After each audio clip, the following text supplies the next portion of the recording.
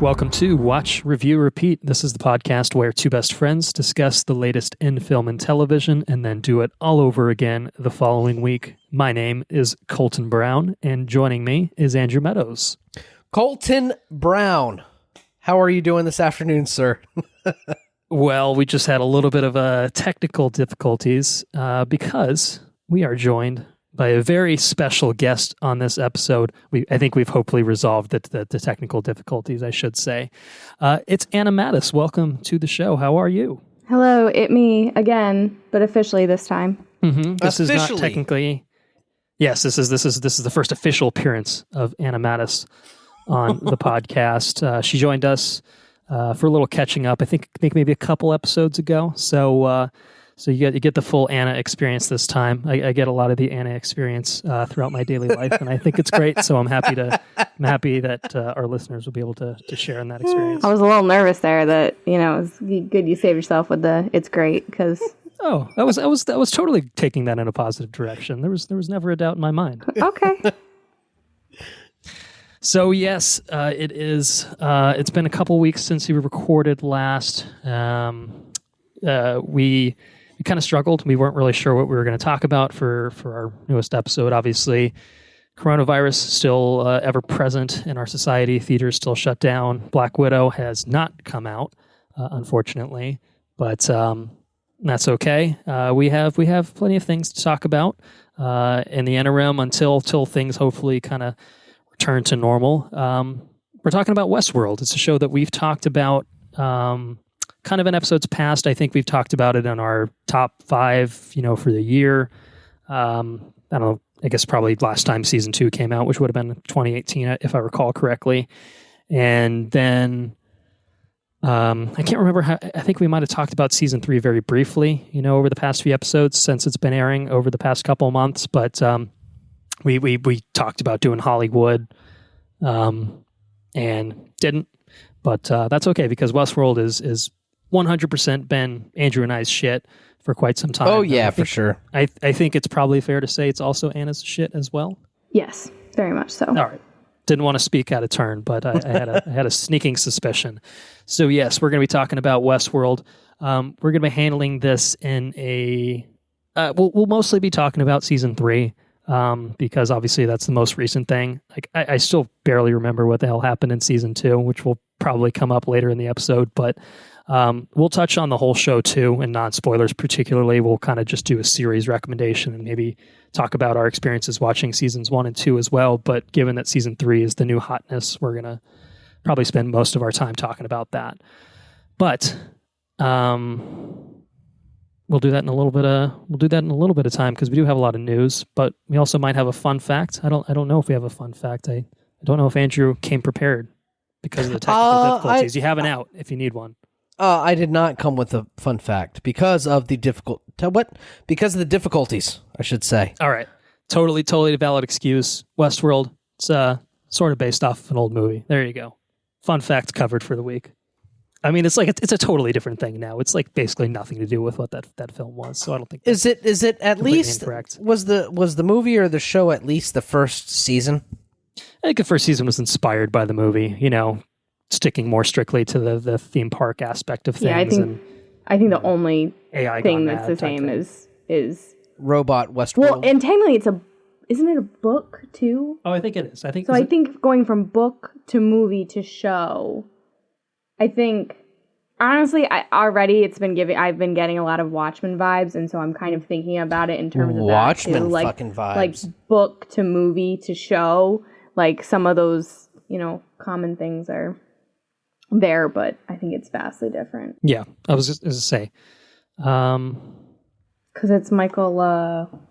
I don't think it was based off a book, but it was written and directed by Michael Crichton. Michael Crichton, yes. So it was, a movie kind of made by a novelist, more or less. So that's actually interesting there. So we just kind of we spit out some off-the-cuff fun facts. I think we've kind of covered that territory. What do you think, Andrew? Do you agree? Totally. Very reassuring. No, it's a book. It is a book? It Okay. is. That's what Yep, I was trying to look that up. Yeah. All right, we're the all fact-checking each other. The book is 1974, but I wonder if it was just like novelization type thing. What year did the movie come out? Movie was 1973. Okay, so the book came out after the movie, so it Okay. must just be a novelization of it. Okay. All right. What a hot mess. We're doing great. Everyone's doing great here. I don't know. So I don't we're know just- about this shit. I don't know. We're It's been just around for a long matching- time. Yeah. We're just matching the vibe of the world right now. Correct. That's Absolutely it. It's all correct. chaos. Exactly. Yeah. Or maybe like season 3 of Westworld. I don't know. We'll get into it. Mm-hmm. What a tantalizing thing for you to say. We'll get into it in a little bit of time. Let's talk some coronavirus related delays, the usual, segment that we start the news with. Not too much on this front. Lionsgate's made some changes. John Wick 4 is moving from May of 2021 to May of 2022. So a full year delay for John Wick. The Spiral, the Saw adjacent movie, whatever it is, Chris Rock, Samuel L. Jackson, I think has been moved to 2021 as well. And let's Hey, see. fun fact. Holy shit. I'm sorry. Fun goodness. fact. Coming in from the Westworld, it starred James Brolin. He was a guest in the 1973 Westworld, and James Brolin is, you guessed it, fucking Josh Brolin's father. Now, Andrew, when you said totally before, you weren't listening at all. You were busy finding a fun fact, weren't you? Did you guys say that? No, we didn't say that. We did not. We did not get into that. But you know these things. I was looking at a fun fact. I felt down on myself, okay? So I found a fun fact. I can have a little bit of a mea culpa here. I usually prompt you to get yourself prepared, but we were so frazzled with all the technical difficulties that I was willing to let you off the hook. Alas, all right. I think we've now sufficiently covered the fun facts section of this podcast. The only other delay I was going to mention, moving on. The only other delay I was going to mention is the Green Knight. I know movie that Andrew, you were looking forward to. I was as well. I was very sad. much. Yeah, that sucks. When's it moving on? When's it coming to theaters? It's a great question. It's a great question because we don't have an answer for it. It was set to debut May 29th, so we should have had it in just a few weeks' time. As of now, no new date has been set. So I'm assuming A24 is probably waiting for, waiting like everyone to figure out like, okay, when is this even going to be acceptable to put in theaters? So Coronavirus is now keeping 2 Dev Patel movies from me, and I'm not okay with it. Maybe here's the thing we could do. Maybe we could all go the Universal route and just put everything on the VOD and piss off AMC. Then AMC will go out of business because they're not going to show anybody's movies. Is that any of our news? Is that in any of our news? The fucking AMC Universal fucking fight? no, because it was all just Because dumb. it's dumb. It was so dumb. It is children fighting. Yeah, That's what they're doing. Although the word on the street apparently is Amazon is maybe interested in AMC. So I don't know if that's going to come to fruition, but they got the money for it. Yeah, they got the money for Yeah, everything. people are dying. AMC and Universal need to chill out. Yeah. Yeah, Bigger fish to fry. I guess, yeah, they're Cross fucking that bridge when they come they're to at it. I can't believe those two. Fuck you, Universal. We're not showing any of your shit. Not showing anybody shit. Oh Yeah, boy. Say AMC might not exist. Yeah. It's not a hot look. It really isn't. I don't know what they're. Meanwhile, Universal is chilling off with their millions that they've earned from Trolls World Tour of all things, like we all expected. Yeah. Yeah, anyway. I don't know. It's all right, AMC, whatever, Anyways, I'm sorry. I that's 2 tangents I've put us off on. I actually apologize. I totally had forgotten about that whole thing. Anna and I did have a conversation did. about that off mic, but the Anna experience, basically- if you will. we came to the conclusion that it was dumb and petty and Correct. stupid and probably would ultimately amount to Like, why would you not Nothing support? substantial, Why would but- you not support somebody putting stuff out on VOD? We had a conversation about it before. I also just think like it's not like I feel like people don't just go to the movies because they want to see a movie right away. They go for the experience of it. Like, it's something to do to get out of your house. And I think that once things are safe for people to go out of their house, they're going to want to go even more. Like, because no one wants to watch a movie. After we're done with this, people aren't going to want to sit home and watch movies. Once we actually know it's safe, people are going to want to get out of their house. So I just think that, like, this idea that Universal, offering video on demand is going to kill theaters, I think is not a valid fear. Or at least there's no evidence. And so I just think that AMC needs to chill. It's not like Universal said we're not going to put our movies in theaters. They were just saying we're, going to explore doing more. I think it's AMC lashing out because they're scared they're going to go out of fucking business. Like their fear of bankruptcy. Oh, there's somebody that we buy movies from that's going to show their shit right now through another means. I don't know. Well, also, doesn't AMC have video on demand? Yeah, they tried to break into that. Like, I don't know. Children fighting, is that what you said earlier? I did. Yes, children fighting. I think that's an accurate summary of events. That's it. All right, so let's move on to the news. It's been, as I mentioned, a couple weeks since we recorded, so there is a little bit here. Some goodies. There's always some goodies, and always there's some Star Wars in there. We always had to have Star Wars in there. Thank goodness. But I think we can start with what I consider a goodie. It's the first footage we've received. It's the official teaser for Lovecraft Country, an HBO series coming this August. Yes. Any thoughts? Yeah. That shit looks fucking crazy.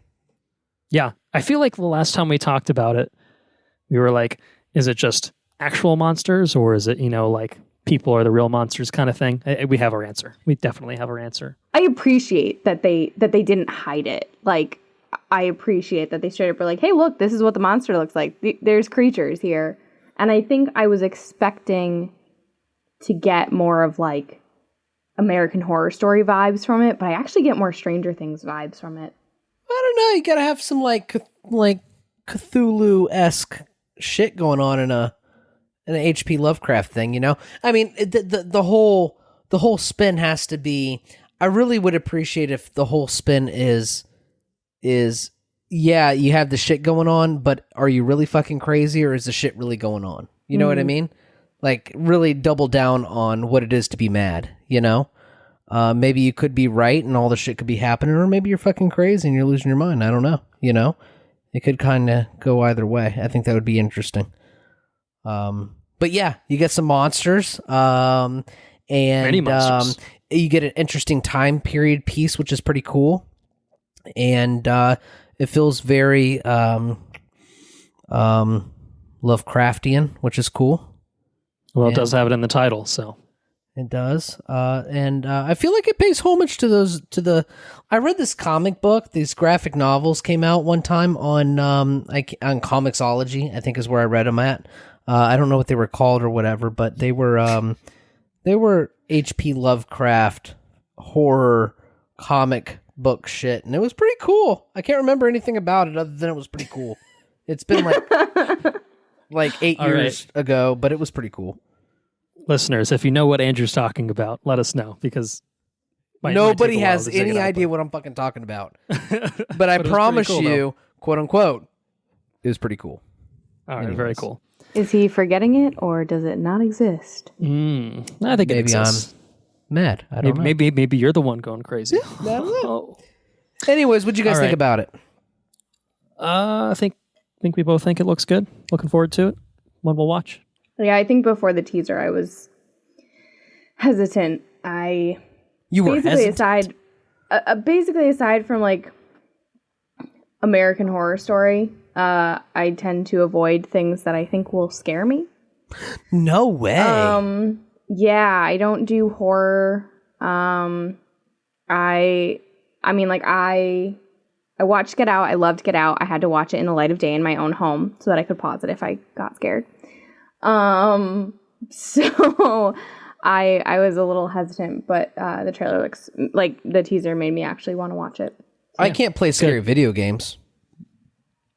Do those exist? Oh yeah, like Resident Evil video games. Yes. I cannot play a scary video game. I just stop and I can't play it. I can watch somebody else play it, but I can't play it myself. I freeze up. Yeah. The best thing is scary video games in virtual reality. Ooh. What is Resident wrong Evil with 7. you? Colton's a fucking madman. Yeah, he sounds like excited about that. It is. It's cool. It's fun. Psycho. Anyway, Lovecraft Country, like I said, debuting this August on HBO. Good cast. Jonathan Majors, Journey Smollett-Bell, we saw recently, and Birds of Prey. Courtney B. Vance and Michael K. Williams.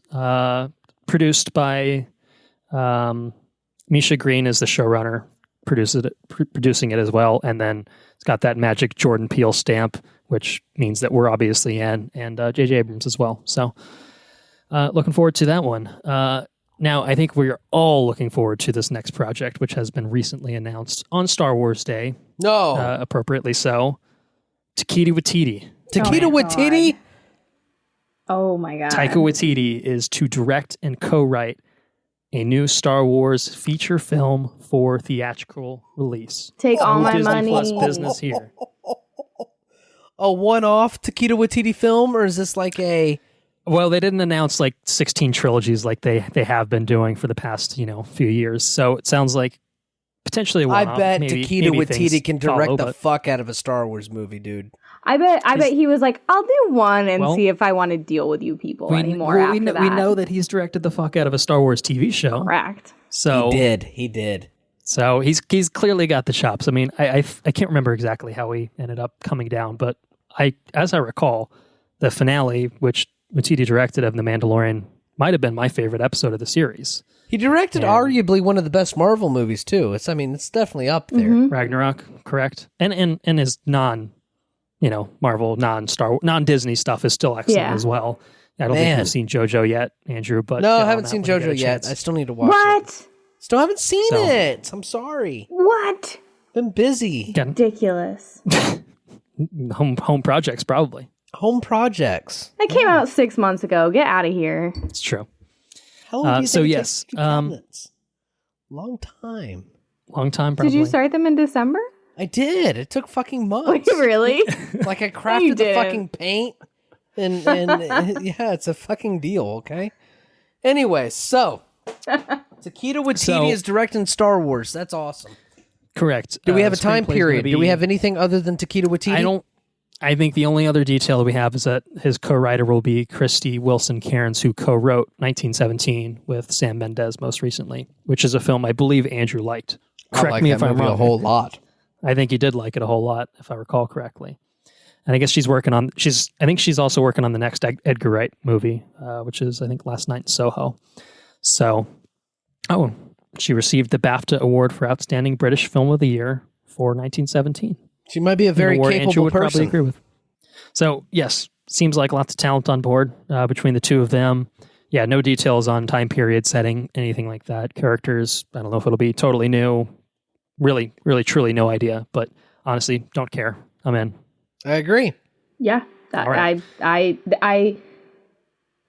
have no qualms about this. I don't have any worries. I think he knows what he's doing, and I think it'll be great. Well, we will keep our listeners updated of any new details on that, and hopefully they get this one in the pipeline. I'm so sick of the Rian Johnson trilogy that is never to be. I'm okay about the D&D trilogy that is maybe never happening, but we'll see. All right, next up on our news, it's a good one. It's one Anna's going to hate, but it's a good one. God. God, just why? Everyone's gotten their fix of Tiger King on Netflix, right? God, no. Well, have not watched a single second, and I will not. I haven't either. Sarah watched all the Tiger King. She did, but you did not. She dropped it. I've had various projects in between, and I would walk out, and she was watching Homeboy out there on the fucking TV. I'm like, what the fuck are you watching? This is like every day at work. And Yeah. I don't need this in my home too. Oh, fuck. I think I met Miss Baskin at work. I thought she was looking at the truck. Anyways, that was disrespectful. I apologize for that. Yeah, no, I didn't. I have not seen any Tiger King. I have seen a little bit, but I don't know. I could not put up with the whole series. Well, for the people that could and want more, there is more coming in a different vein. We're going to get a scripted series about Joe Exotic. More than one, technically. Oh, okay. And set to star as the man himself. It is none other than the greatest actor on earth, Nicolas Cage. Ooh. Nick Cage. Nick Cage is a fucking legend. If anybody's going to be Joe Exotic, it would be Nick Cage, right? Well, apparently there's another one with Rob Lowe and Ryan Murphy. It's still in talks, but Rob Lowe posted about it, and I just none of this makes me want to watch. Everyone's getting shit. in on the Tiger King game. I just no. It's a hot commodity these days. It is a hot commodity. Like a show, a reality TV show about abuse of wild animals and manipulation of vulnerable people. I'm just no. She's not about it. Well, you know what's crazy to me is I think the original series, obviously it blew up because of everyone being stuck at home and just perfect storm. Netflix autoplay, social media. But they added the extra episode later on, and then they added an after show, and I think it's for each episode, and I'm like, who needs this? I'm already a little skeptical of the after shows in general, to be honest. It feels like it started as one thing and then every show had to have it. Has anyone watched an after show of something on Netflix and been glad they did? I don't know what the fucking after show is, to be honest with you. It's how Walking Dead had Talking Dead for yeah. Okay. It's that, but now there's a Tiger King one that you can now experience after you watch Tiger King on Netflix. There was a Stranger Things one. There was a Stranger Things one. And then they did one and it was for a movie, but for The Irishman. I know because it autoplayed after it. And I watched 5 minutes of it, and now it will not disappear from my continue watching. It wants you to continue watching it. After 5 months, it still says continue watching, and I can't get it to go away. Wild. Anyway, it's the American Vandal showrunner that is working on this, which makes me a little bit first season American Vandal, which is the only one I watched, was excellent. So makes me a little bit more intrigued by it, but I don't know. I don't know if I can just get around everything else. Our offer still stands. 5 recommendations. We'll do it. We'll do the Tiger King, but as of now, we've gotten 0, so we're not in danger in the slightest as of now. So, it only takes 5. Only takes 5. Only takes 5. All right, moving on to some other news. We have some more Netflix quote unquote goodness. Although maybe we enjoyed the first of this now potential franchise, Extraction. We are getting another one. Another one? Another one. Another one's coming. So, starring who? Well, it sounds like Chris Hemsworth is back as Mr. Tyler Rake, the fearless mercenary himself. I want that. Has a bit of fear. I kind of want that really badass chick to come back. So you know which one I'm talking about? The one that shoots down the helicopter? Yep, I know what you're talking about. She's kind of hot a little bit, right? She's kind of hot a little bit. Who? What's her name? I can attempt to say her name. Oh boy. Okay, go for it. No, I don't have it in front of me. I would just have to make it up. I don't remember her name, but Anna's on it. I'll give you some details on Extraction 2 or Extraction 0 as it may turn out. We'll find out. Joe Russo coming back to write another installment for the high action film. It's been one of the most watched things on Netflix recently, besides Tiger King, of course. Gulestev Farhani. Oh boy! Oh god, that was horrendous. I think Anna's found her. I found her. All right, and she was cool. She's beautiful and doesn't deserve that butchering. I would agree. Andrew's had at least a glass and a half of wine. Come on. God, mine's gone. She's a very pretty lady, though. What? She is pretty. Mm-hmm. What else has she been in? She was badass in that movie, too. She's an Iranian exile. Damn. Yeah, we talked about that. Yeah, we talked about that in the previous episode. Do not listen to the episodes? God damn! Guilty as charged. She didn't see the movie, though, to be fair. She didn't watch Extraction. She posed for some how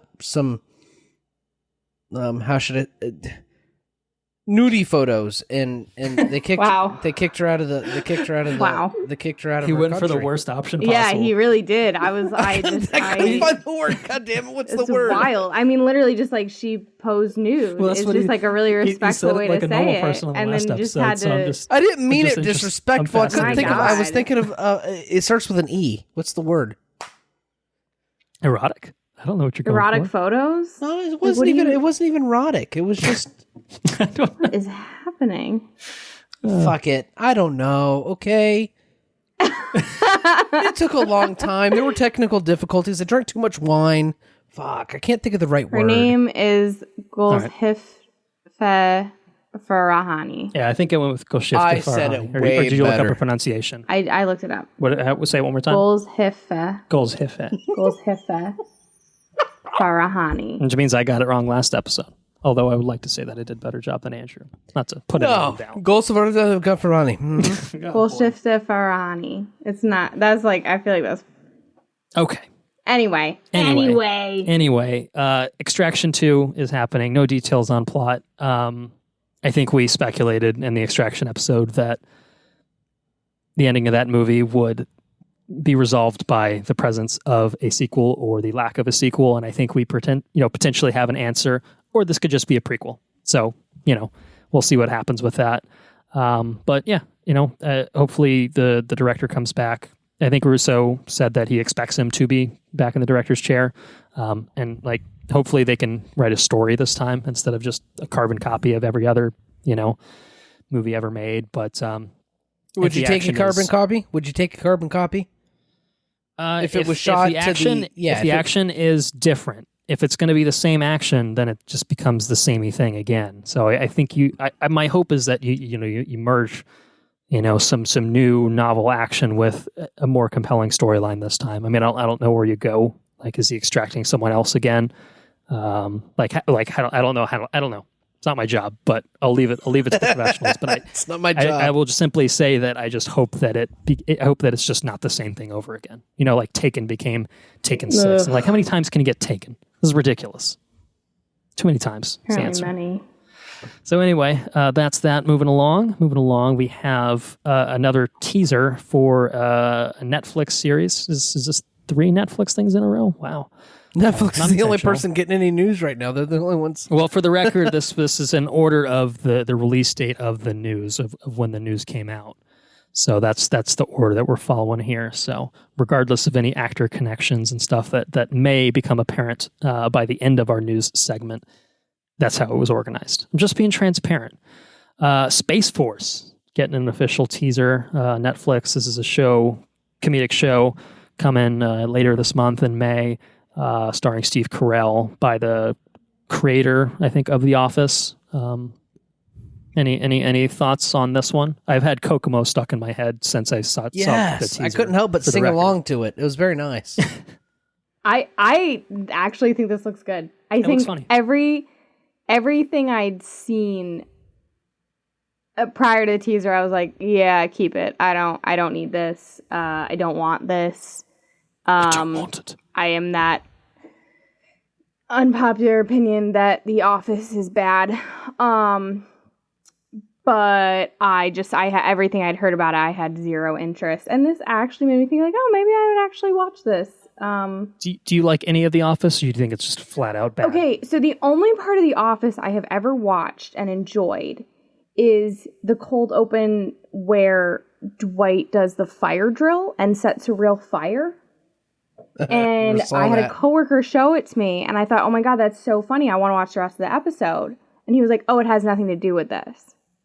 And that's when I was like, okay, so The Office would be funny if it was tiny skits. But I have never watched a full episode and been glad I wasted that time. Isn't that essentially what The Office is? I would be misleading all the listeners if I told them that I have not seen all The Office. I've seen one-off bits. I've seen one episode, right. 2 episode, and everything I've seen of The Office, I thoroughly enjoy. I really enjoy it. But you've never had the desire to sit down and watch the whole thing from beginning to end. Not even once, let alone the 7 times that other people. Not do. season 1 through whatever it is.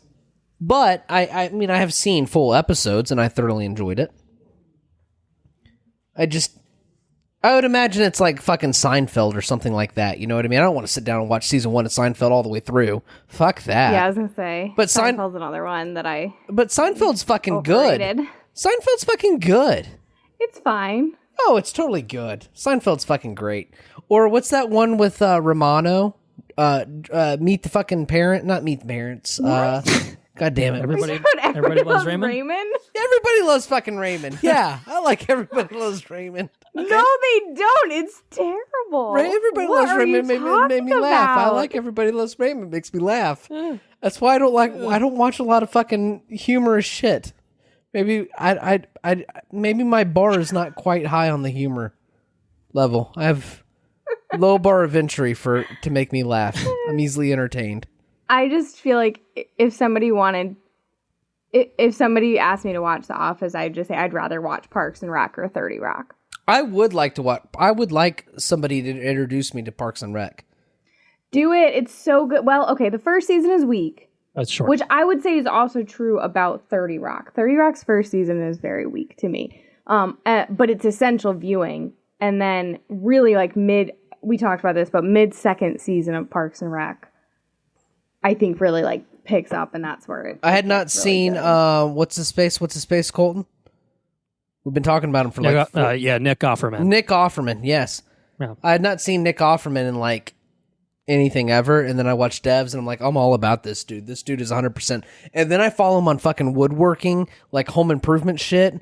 This dude's like my fucking hero. All of a sudden, yeah, that's a very big part of his character on Parks and Rec. He's basically himself. So you should definitely watch it. I think, is it also on Netflix? I don't know, but I think we did recently discover that NBC's streaming service, yes everyone groan in unison. NBC is having their own streaming service, Peacock, which should have all the episodes of Parks and Rec available. In July. Of course, they got their own shit called Peacock. However, I think... I think we looked up the details. It's free with ads, I think. Mm-hmm, it is. It's going to be 5 or 6 without. Yeah, it's going to be. I think it's free with ads, $4.99 without. And if you're like an Xfinity, unclear. I've seen in some places if you're an Xfinity customer in general, and others if you're an Xfinity X1, you get it for free. So I don't know if that means literally everyone with Comcast gets it for free, but honestly, even for $5, I don't think that's too bad. Not like CBS and their nonsense. I don't know. Granted, might be worth still another streaming service, but yeah, at least there's a free version. It's really good. I would also watch Parks and Rec. I would also recommend it just for these times. Like, I just think it's really funny, and they're the only ones that are doing like we talked about this last episode, right, Colton? They're doing a new season or a new episode or something. And they did a special episode. They did it. Was that just last week? It was a flat circle. I don't know. Everything is. I don't know. Yeah, I think it aired on TV. Oh, Thursday. No, I think it might have been 2 weeks ago. I don't know. Because we didn't watch it. I don't know, but we've watched Bye Bye Little Sebastian like 12 times since then. Bye Bye Little Sebastian? Oh, you'll find out. You should watch it. It's excellent. Highly recommend. Okay. Highly recommend. We'll talk about it. Yeah, we'll talk about the special a little bit later. At least I will. I think we both probably will to some more extent. But yes, just closing the loop on that. Space Force coming out May 29th, set to premiere. I'm not sure how many episodes on it, but 10 episodes, and I'm assuming they're shorter. But great cast. Steve Carell, John Malkovich, Ben Schwartz, Lisa Kudrow, Jane Lynch. So maybe that's another one we'll poke our heads into. We'll have to see. But it looks funny. Definitely looks funny. And in terms of, jumping into things that are actually kind of related to each other, we're talking about something now that's also going to involve outer space. It's a new feature film. Me ejecting myself into the sun. It's a new feature film that is allegedly going to be shot in outer space, starring the only man appropriate to shoot a movie in outer space, Tom Cruise. No! The cruise missile himself. The cruise missile is going outer space. All right, this is so ridiculous. I just have to read from the script on this one. Tom Cruise and Elon Musk's SpaceX are working on a project with NASA that would be the first narrative feature film and action adventure to be shot in outer space. An action adventure. Fuck, man. That's intense. Jesus Christ. Fuck, I don't even know how to process that. This is so ridiculous. It's the dumbest thing ever. Is it the dumbest thing ever, Anna? Let's talk about it. Yes. I would rather not. Why would you rather not have a movie shot in fucking outer space? I kind of just hope it never happens. The first fucking movie shot in outer space you don't want to happen? What? Because it's going to be terrible.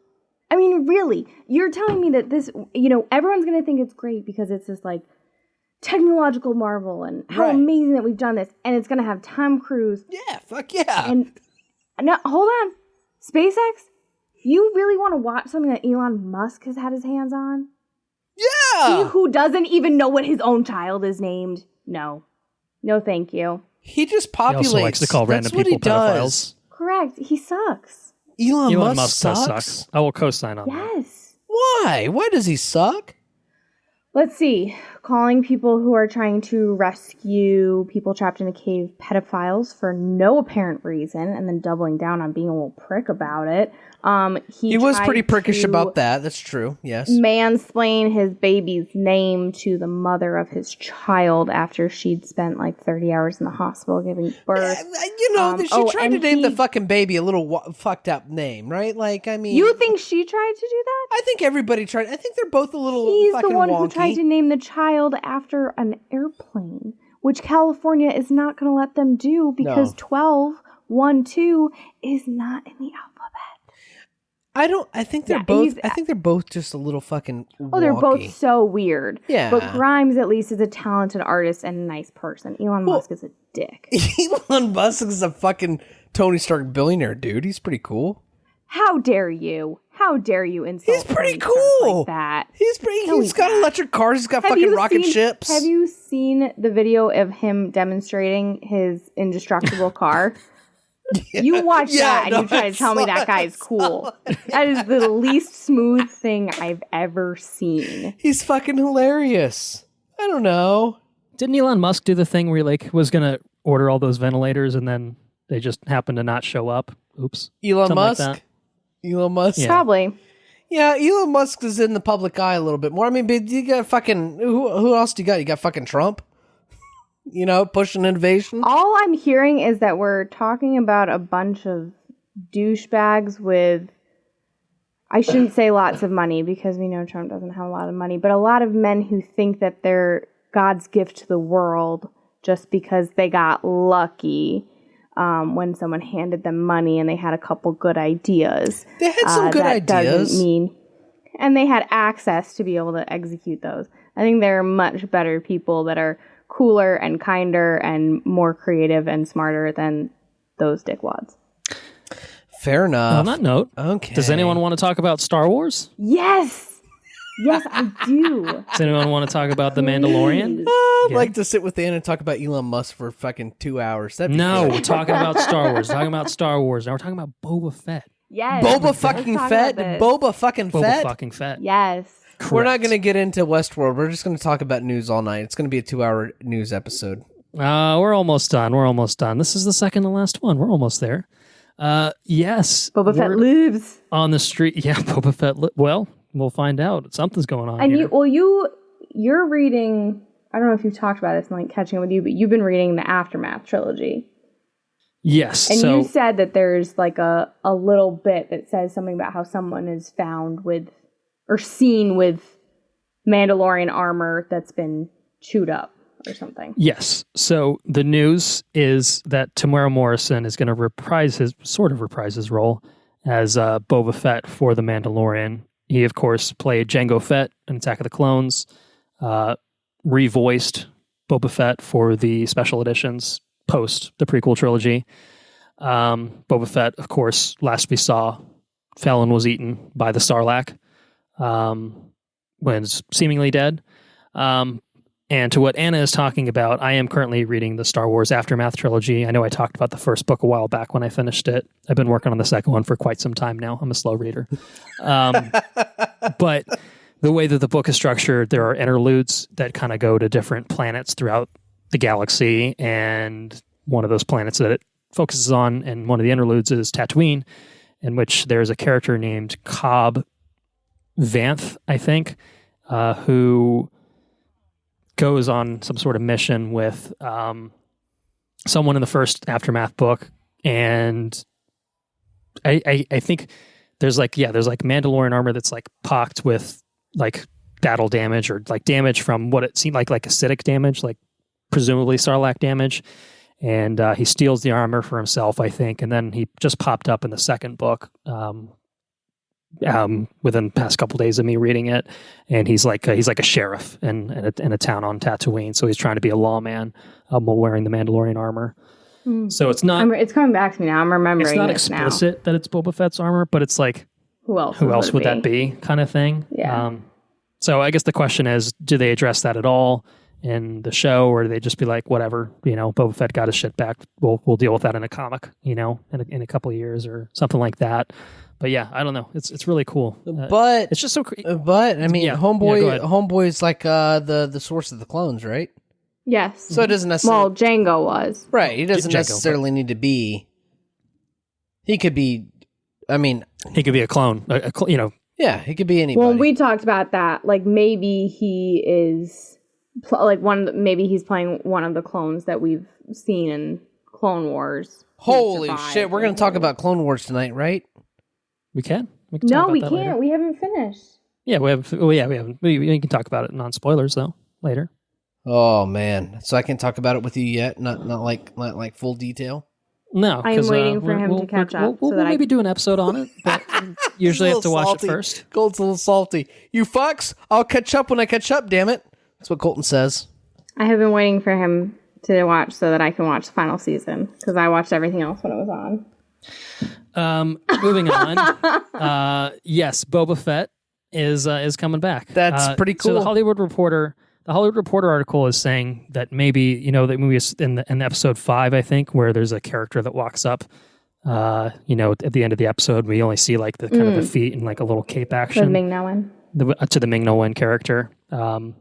They're saying that maybe that was indeed Mr. Boba Fett himself. So we'll see, but it's very cool. I just as general musing, and it's so interesting that they went to all these lengths to not like reveal the child, pre season 1 of The Mandalorian, and now we know about this. We know about Ahsoka, and it's just like, what the fuck are they doing over there? Like the leaks are just. It's not a leak, you know what I mean? But it's like, I don't know. It seems like they're not really holding back, but maybe there are more secrets await. It doesn't seem like there are. I mean, I would really appreciate secrets. Yeah. And another news, just Mandalorian front, we did get a couple director announcements. Robert Rodriguez and Peyton Reed both directing an episode each of the second season, alongside Johnny V himself, who will be directing at least one episode. Rick Famuyiwa back, Dave Filoni back, and allegedly Carl Weathers to direct an episode as well. So very cool. Very cool. Last but not least, some news, which I believe will excite both of you, probably certainly more so than myself. National Treasure. Fuck yeah! Lots of things happening on the National Treasure front. So something that completely slipped past me months ago was that they announced that they were writing a National Treasure 3. I didn't know anything about it. Do you not like fucking National Treasure, Colton? I don't know that I've seen the second one. I think the first one's fine, I guess. So no, it's not. There's no reverence here. It's my biggest guilty pleasure. I love National Treasure. I grew up with some National Treasure over my dad's house. We sit down and watch some National Treasure. Yeah, it's good. It's just like a really easy movie to just like put on and watch. It's like fucking Tomb Raider with Nicolas Cage. And nerdy shit. Yeah, it's pretty fucking cool. It's all right. And what's the other guy? What's not his sidekick? Riley. What's Riley's name? Riley. His name's Riley. Justin Bartha. Yeah, Justin fucking Bartha. Yeah, Riley, dude. He's cool. They're all cool. It's good shit, Colton. You need to get down on it. Well, Colton seems so excited. I mean, so you got National Treasure 3 coming. Great. It's great. What else could you ask for? Makes me fucking happy. How about a series at Disney Plus? Fuck yeah. Would that satisfy your needs too? Yeah. It's nice. Anna, do you agree? Are you in? Does it have Nicolas Cage? Probably. I don't know. I don't Probably know if not. I need Nicolas Cage because I don't like Nicolas Cage except for National Treasure. You don't like Nicolas Cage? No. Well, what about his Ghost face Rider? bothers me. Oh God. He looks like Ross from Friends. Is that what you're saying? No, not at all. Literally not at all. But I think like the stuff I like about National Treasure is like the historical aspect and the like treasure hunt, like clues, like, puzzle solving. And so I think I would like a series that focuses on that. Like, I don't like National Treasure for the characters. Like, although I do like that it's a, Sean Bean doesn't die, which is nice. But I don't watch it for the characters or the actors. So I think a show would have the things I like and also maybe people who can act better and be less annoying. But I don't know. Do we know anything about who? I feel like my skull's on fire, but otherwise I'm all right. Yeah, man, dishes that shit out. I like Nicolas Cage solely for fucking Nicolas Cage. What? I like National Treasure solely for Nicolas Cage. That's what I meant to say. Oh, Well, so you guys have like the polar opposite takes on the franchise. That's interesting. But you still there's a I shared. don't give a shit about the shared bond national, there, but- like the historical anything. I just want Nick Cage. I love that shit. That's so funny. Anyway, That's good. I'm over here. We'll just talk about it when it comes out. Is it We'll is it on Disney do an Plus? Is that a Disney? Probably. It's Disney. Like the movies? Well, the show's going to be on Disney Plus. I'm sure. Right. The Maybe movies was that a are Fox? on. Were those Fox movies? And now No, they were Disney. straight I'm up pretty Disney? Sure, I'll check. Okay. Maybe they were Touchstone or whatever their other imprint was that they used for a while. I don't know. Doesn't matter. Maybe I'll give the National Treasures a chance. Maybe. I don't know. He will.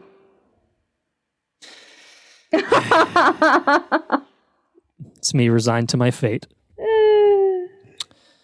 Well, I think that concludes the news. Yes, they are on Disney Plus, by the way. Cool. All right. Well, so if anyone wants to check out the National I'm Treasures, gonna watch fucking 1 and National 2, Treasure, and I'm gonna fucking Snapchat it to your ass, Colton. You're gonna like it. Do it. All right. He'll I'll look ignore forward it to like he ignores everything on his phone. Oh, We'll I see. ignore everything on my fucking phone too. It's totally okay. Same page. Yeah, we're on the same wavelength, Colton and I. We're on the same wavelength. I can Solidarity. live my life without my cell phone, no problem. Throw that bitch in the ditch, and no problem. Jesus Christ. I don't think Anna would thrive without her phone. What is that supposed to mean? The Instagram loss alone. Whoa. It's just I need access to my corgis. I need to be able to see my corgi account. I'm not faulting The you for butts, it. I'm the just And corgi you saying, could, butts. you're you guys telling me are you're telling me you could live without Ernie. no. Ernie's not what journey I on said. Instagram, everyone. Ernie? That's not what I said at all. Ernie the corgi Yes. butt? You got a corgi butt? No, Ernie is not a corgi. He's a griffin that Colton loves He's great. deeply. But I follow a lot of corgis. And my dog is a corgi beagle mix. So she has like a beagle face, but she's got the stumpy corgi legs and a corgi butt. Oh, you got a corgi butt? Oh, no. I wish Theodore had a corgi butt. He doesn't have a corgi butt. He's got a big butt. Anyways, we're not talking about movies. We're talking about butts. We don't need to talk about butts. We need to talk about movies. What do we got, Colton? Are we out of the I have news? taken over. We're out of the news, my friend. We are out of the woods. We are into the Westworld. Chaos. We are What? we are into Westworld. We are into Westworld now. Yeah. So Westworld, it's an HBO series created by Jonathan Nolan and Lisa Joy. Very, very expansive cast, very talented cast.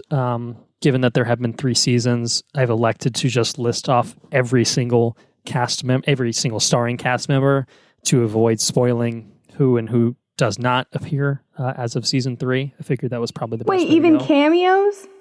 I don't know what you mean by that, but I mean, I'm just literally every single starring cast member from the first 3 seasons is what I've put on this list. So I'm going to just go through it Just now. a chip. Evan Rachel Wood, Tandy Newton, Jeffrey Wright, James Marsden, Ingrid Bolso-Bertel, Luke Hemsworth, Simon Quarterman, Rodrigo Santoro, Angela Sarafian, Shannon Woodward, Ed Harris, Anthony Hopkins. We're halfway there. Ben Barnes. Not even. Clifton Collins Jr., Lots of alliterative names, those last two. Jimmy Simpson, Tessa Thompson, another alliterative name, also great. The most alliterative name of them all, Faris, Louis Hertham, Tallulah Riley, Gustav Skarsgård, Katja Herbers, Zahn McClarnon, Aaron Paul, Vincent Cassell, and Tao Okamoto. So I just, I usually pull my plot synopsis from IMDb, and it's just the most generic sounding one for Westworld, but I just went with it because it doesn't spoil anything about the show. Set at the intersection of the near future and the reimagined past, explore a world in which every human appetite can be indulged without consequence. It's a theme park for rich people. And robots. I don't think it's got anything to do with season 3. And AI. Season 3. No, season 3 is its own beast, certainly, but I think that still fits season 3. Yeah, that's true. I think it does. Well, let's talk about it. What are we talking about here? Well, let's talk about it. So we are going to do non-spoilers to boot. Non-spoilers for any of the seasons, ideally. We can do mild spoilers for seasons 1 and 2 if it's not completely avoidable. But I kind of want to ask, before we really talk more extensively on season 3, of each of you, obviously you've watched now 3 seasons of it, which means that you're invested to some extent, but what are your thoughts overall? Do you enjoy Westworld? What is it about it that appeals to you? What do you like about it? Anything like that. I mean, anything that kind of stands out about the show overall. Let's get the Anna experience. I love Westworld. I think a lot of people didn't like season 2, and I think I really liked it. I liked the nonlinear storytelling, but that's just something that I typically enjoy in movies and TV shows. My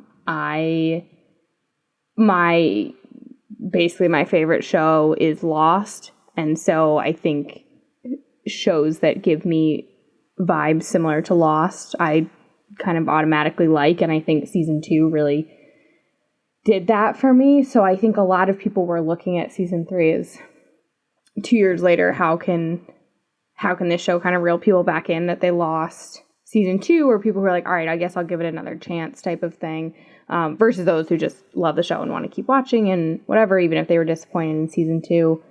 I thought season 3 was excellent. I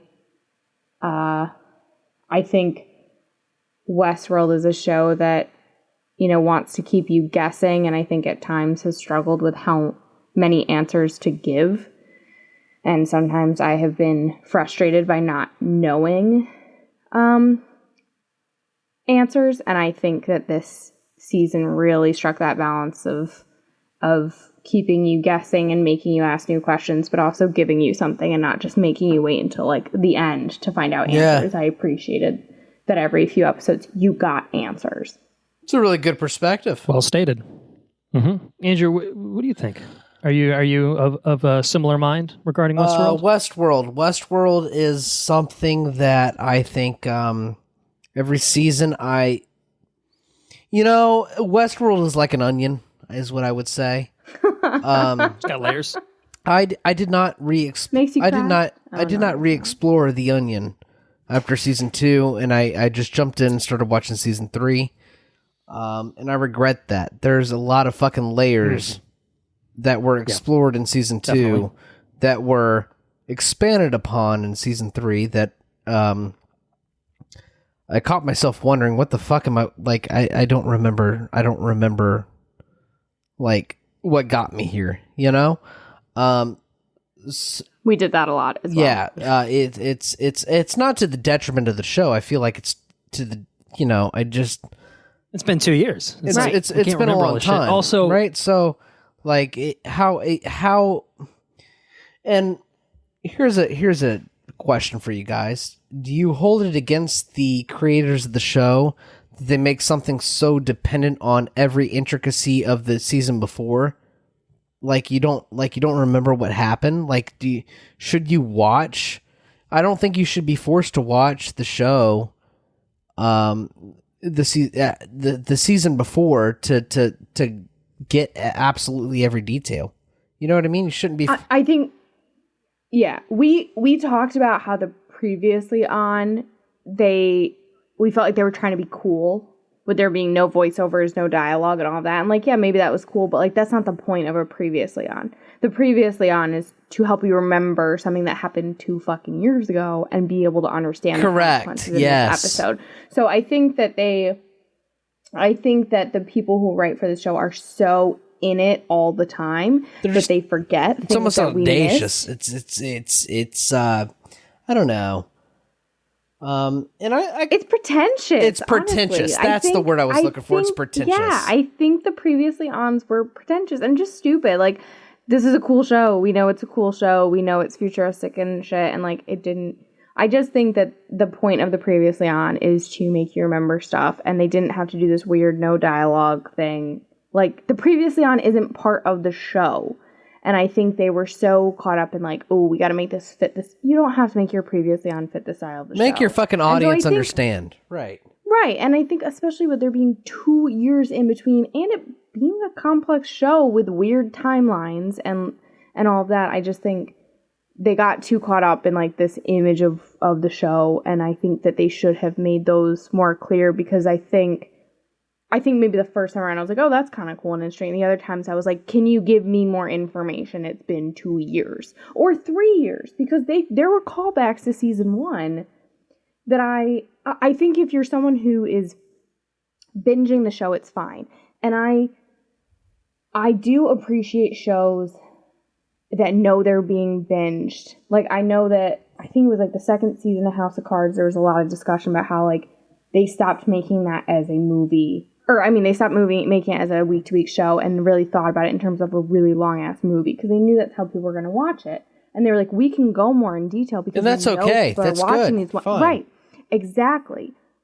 But Westworld it is a week-to-week show, so you have to like make that work. And I think you still have to be kind to people who haven't seen it in 2 years, because I think the people who are binging it are going to skip the Previously On anyway. I think there's a balance to be struck in terms of this particular conversation.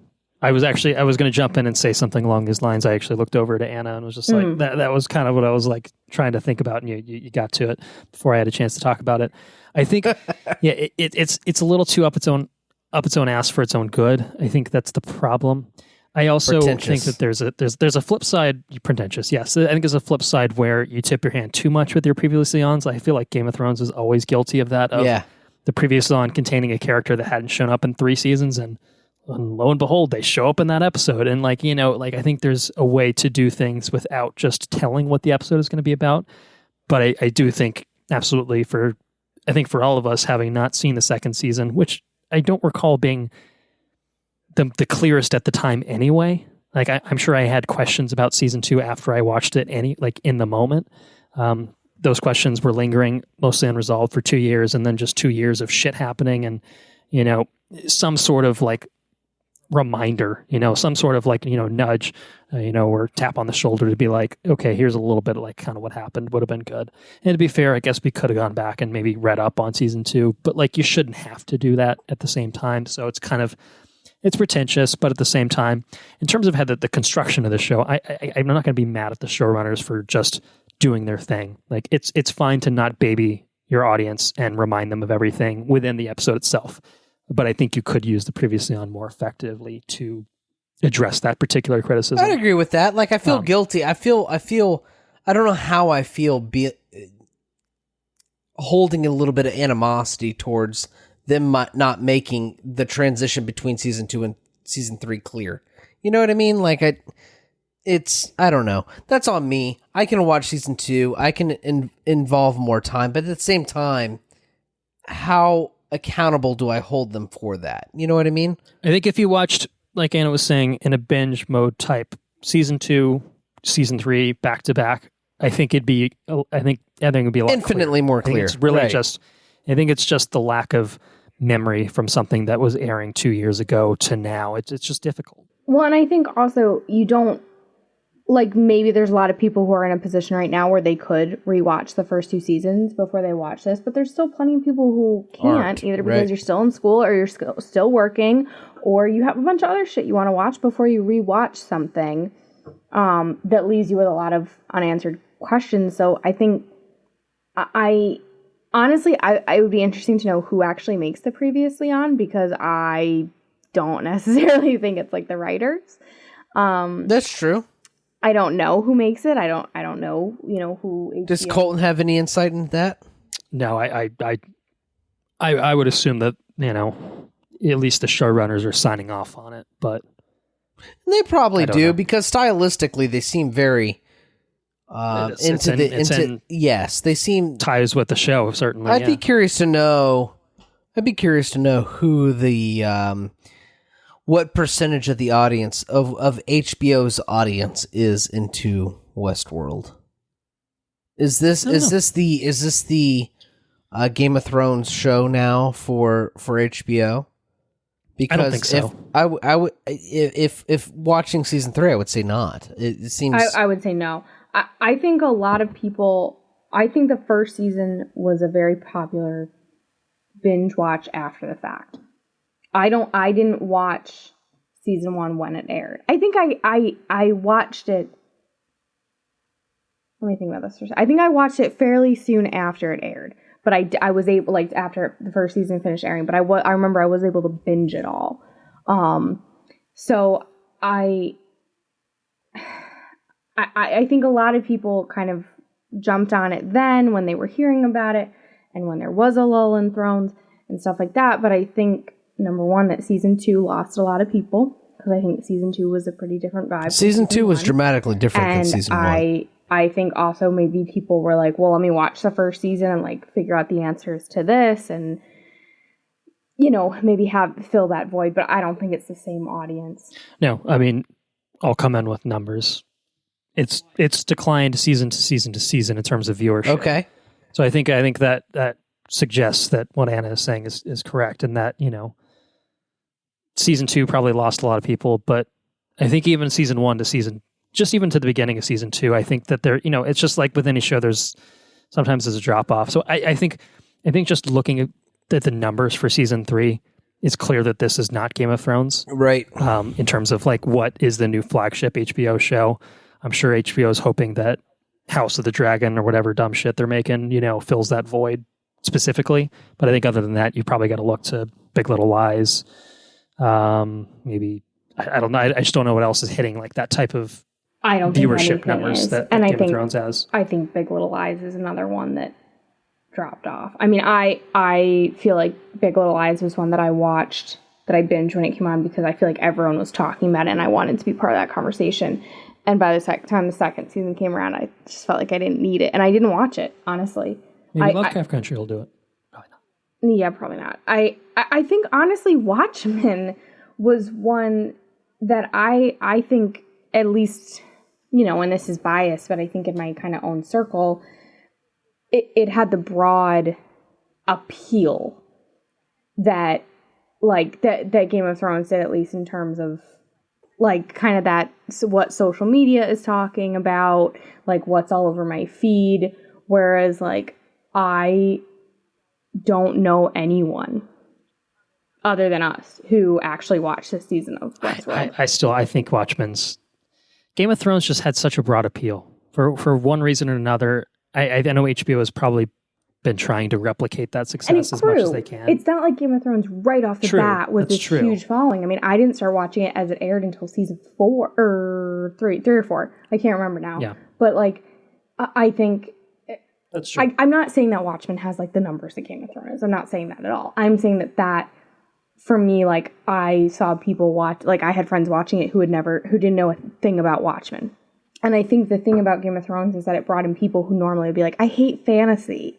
Like, I hate, medieval times. I hate, the stuff they didn't like. And it still found a way to appeal to them. And I think I kind of saw that in certain ways with Watchmen.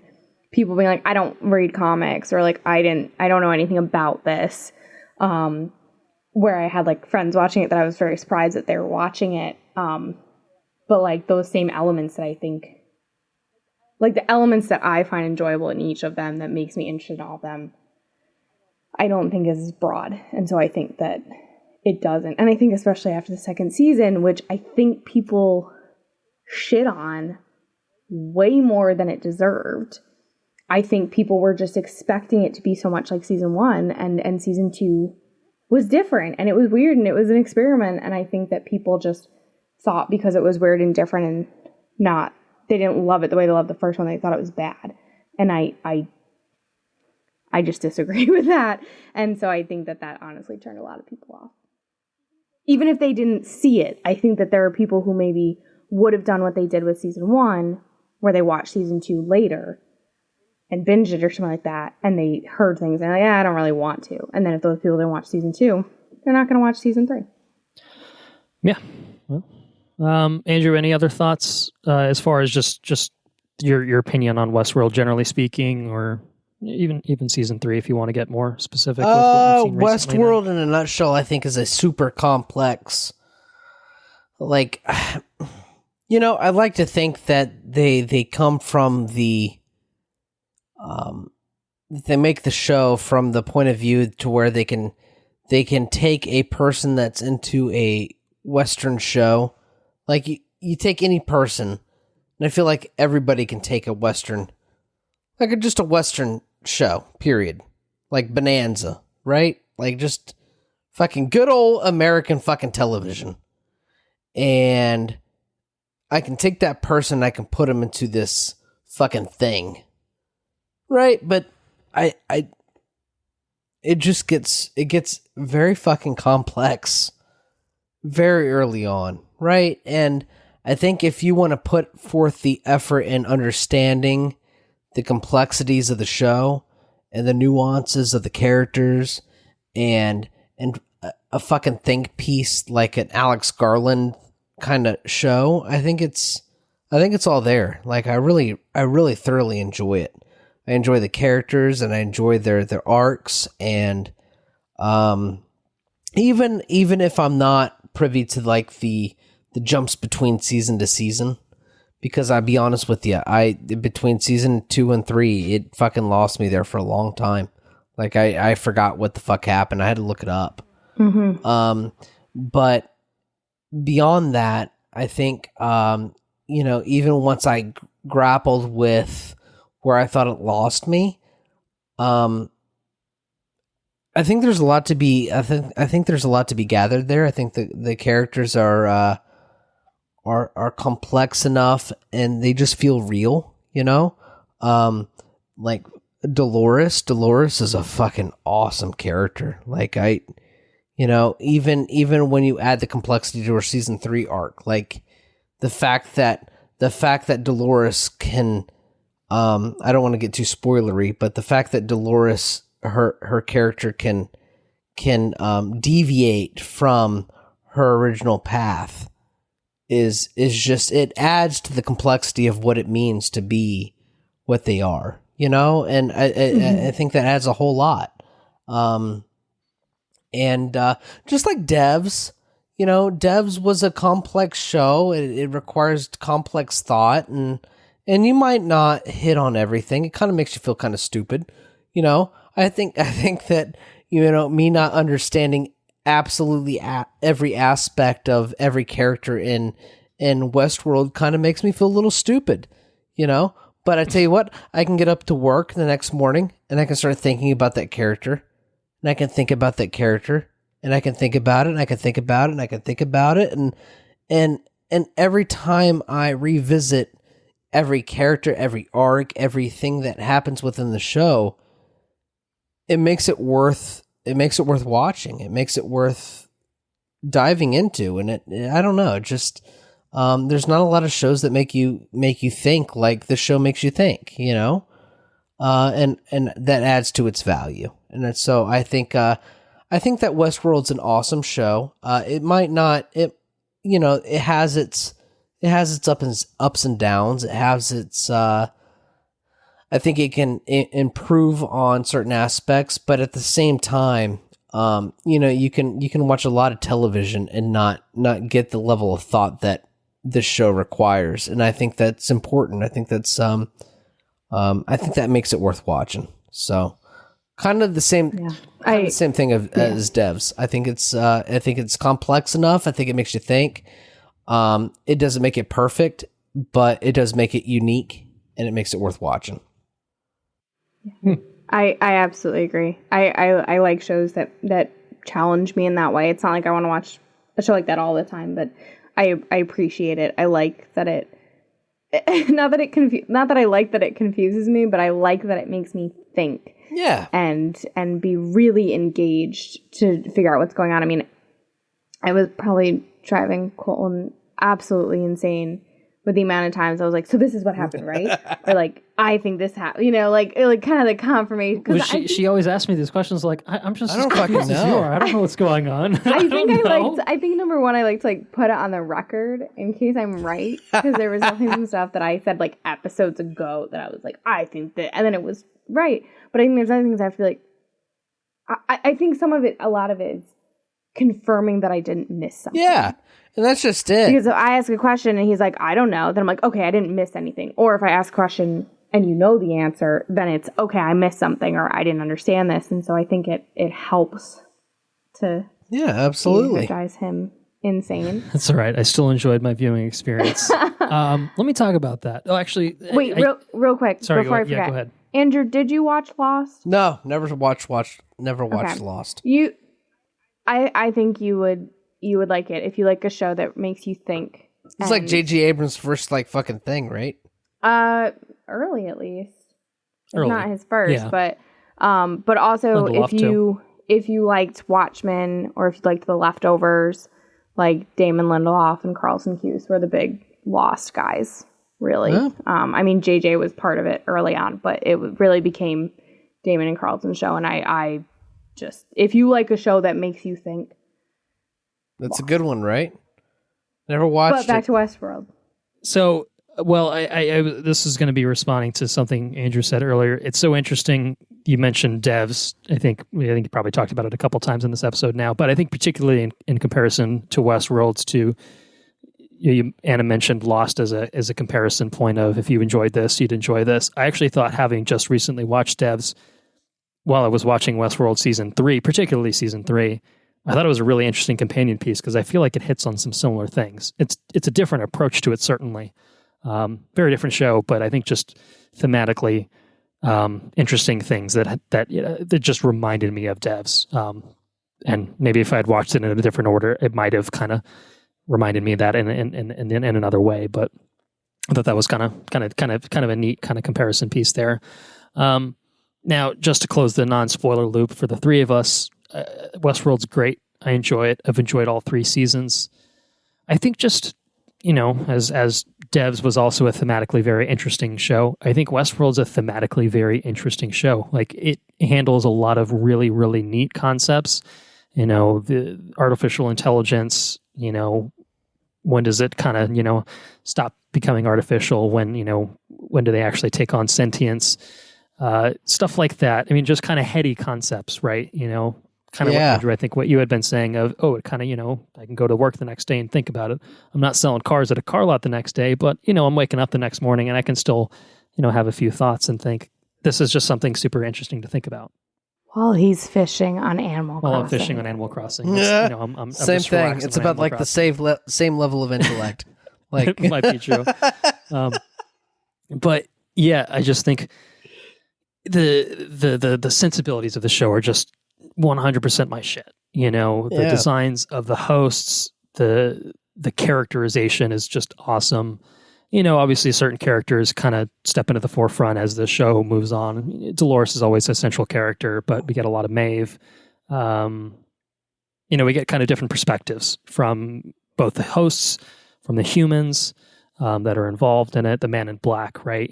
So there's a lot of kind of conflicting perspectives, and there's a lot of interesting ideas that kind of coalesce in kind of this really interesting way. And I think each season, season 1 has quite the conclusion, certainly. Season 2 builds on that and perhaps other challenging ways that people responded to positively or negatively. I responded to it positively. I think it was in my top 5 for that year of TV shows that I'd watched. So clearly I enjoyed it. But there's just something about the show that just really, really clicks into place with me. I think it's bolstered by a great cast. I think Evan Rachel Wood and Tandy Newton as 2 of kind of the de facto leads of this show are incredible. Sometimes I think, I don't want to say the writing lets them down, but I feel like certainly in terms of season 3, Dolores was the real kind of major motivating factor of the writing, I think, in the season. Yeah. And certain other characters kind of ended up taking a backseat as a result of that. But I think it's just kind of a natural consequence of how the show developed. I think season 1, it's everything kind of plods along and then it starts to click in place. There's kind of the overarching mystery. And once everything kind of comes together by the end of each season, it's satisfying. There's something satisfying about finishing each season because there's always so many questions that linger throughout the episodes throughout each season that it really kind of comes to a head in usually a pretty satisfying manner. And just the design. It's just like the design. I like the concept of it, It's a fucking cool concept. Like, if that's the future, just a cool concept. I'd be all into that shit. That's cool. Yeah, in like the parks specifically, I think, we get, even from season 1, I think it's interesting, you have the Western setting of Westworld, right? Pretty obvious, and then within that same show, you still have that hyper futuristic kind of thing where it's the control room and stuff like that. Like it always has those two aspects kind of next to each other, usually. And I think it's just that the juxtaposition of those two settings is just an interesting thing. I don't know if I've really seen it done in that way. I hate to bring it up, but Assassin's Creed kind of does that sort of thing in terms of video games, but not in an equally compelling way. I wouldn't say so. It's a bit of a word salad for you there, but it's all to basically say that I think Westworld's great. I think season to season, it's always been enjoyable, confusing certainly, and challenging at other times. I think conceptually, not because of being difficult to watch. And I'm glad that each season has kind of carved out its own different path to take with the characters, with the storylines, and I've enjoyed it pretty much every step of the way. Not the best show, not a perfect show, but one that I find compelling week to week. Although I guess we didn't really watch it week to week. We fell behind a bit and kind of binged. Didn't quite binge, but pseudo binge. Probably watched at least half the season within the past week and a half or something like that. But as we talked about extensively earlier, this is a show where details are important and it's helpful to kind of have those details in the forefront of your brain when you're going through it. I don't know how the hell this show's going to be 6 seasons allegedly, but at the same time, it's a show that I think when it's all said and done, hopefully it ends in a satisfactory fashion and you can go back and watch it all 1 through 5, 6, 7, whatever it ends up being. And I think that it could be a show that really, really rewards repeat viewings, stuff like that. So, it's kind of my broad take on Westworld in general. Season 3, good. Season 3 upholds the standard, changes the formula a bit. We'll get into that in spoilers, I think. But it does it in a satisfying way too. Season 3 of Westworld is such a far cry from what season 1 is. Yeah. But it's still fundamentally the same show, and it's an interesting progression. I think the progression of seasons 1 through 3 is an interesting thing to behold. Something we'll, I'm sure, talk about shortly. But yeah. Anyway, any other non-spoiler thoughts? No, let me do spoilers. All right. Well, first of all, we need to give a recommendation. I don't think it's going to be surprising to any of our listeners have paid attention to their conversation thus far. But Anna, I will explain our lovely, lovely television recommendation scale for you. It's probably self-explanatory. You should have it in front of your screen there in front of you. But for any listeners tuning in for the first time, they probably won't know about it. We have a 5-tiered recommendation scale, of which the tippity top, the highest rating that we can give to any one thing is very yes, followed by yes, middle ground being totally fine, then fine, and then at the bottom rung, shithouse. So I'll ask both of you to chime in to give a recommendation on Westworld. This can just be an overall series recommendation. It's basically saying, should people bother or not? Very yes. So, I say very yes. Yeah, I say very yes. It's worth watching. Makes you think. Good actors and actresses, and it's got Ed Harris in it. What the fuck are you gonna watch Ed Harris in? Right? Like, he's not in a lot of shit, but he's good. He's always good. I like Ed Harris. And it's a thoughtful show. You do have to pay for HBO, so you had to factor that into or find a friend who's paying for HBO, or wait for HBO Max, and then you'll get tons of content. But let's talk about Studio it. Ghibli goodness too. But I say pay into it and watch Westworld because it's worth it. But the first 3 seasons of Game of Thrones is worth watching. 4. The first 4. Colton says 4. So, watch that shit. Watch Westworld. Watch show. Insecure. What's that show that I started watching? I only watched like 2 or 3 episodes of it, but I thought it was hilarious. Righteous Gemstones. I think you liked. Is that the one you're talking about? The one with John Goodman. John Goodman. Yeah. Righteous Gemstones. Yeah, watch that shit. That shit's funny. There's a lot of stuff to watch on HBO. Watch fucking Barry. There's a lot of stuff you could watch. And also catch the value of Westworld, Because I'm not going to say Westworld's perfect because it's not, but with what you're getting for your money to watch Westworld, you could watch a bunch of very well-worthy shows. So, do it. I think that's true. I mean, I like my parents have been very much on a limited series kick, and so I feel like I'm telling them just to watch Chernobyl, and also I tell everyone to watch. Andrew didn't even mention Chernobyl. Yeah, Shame. he didn't. Shame. Also, Insecure, best show on HBO.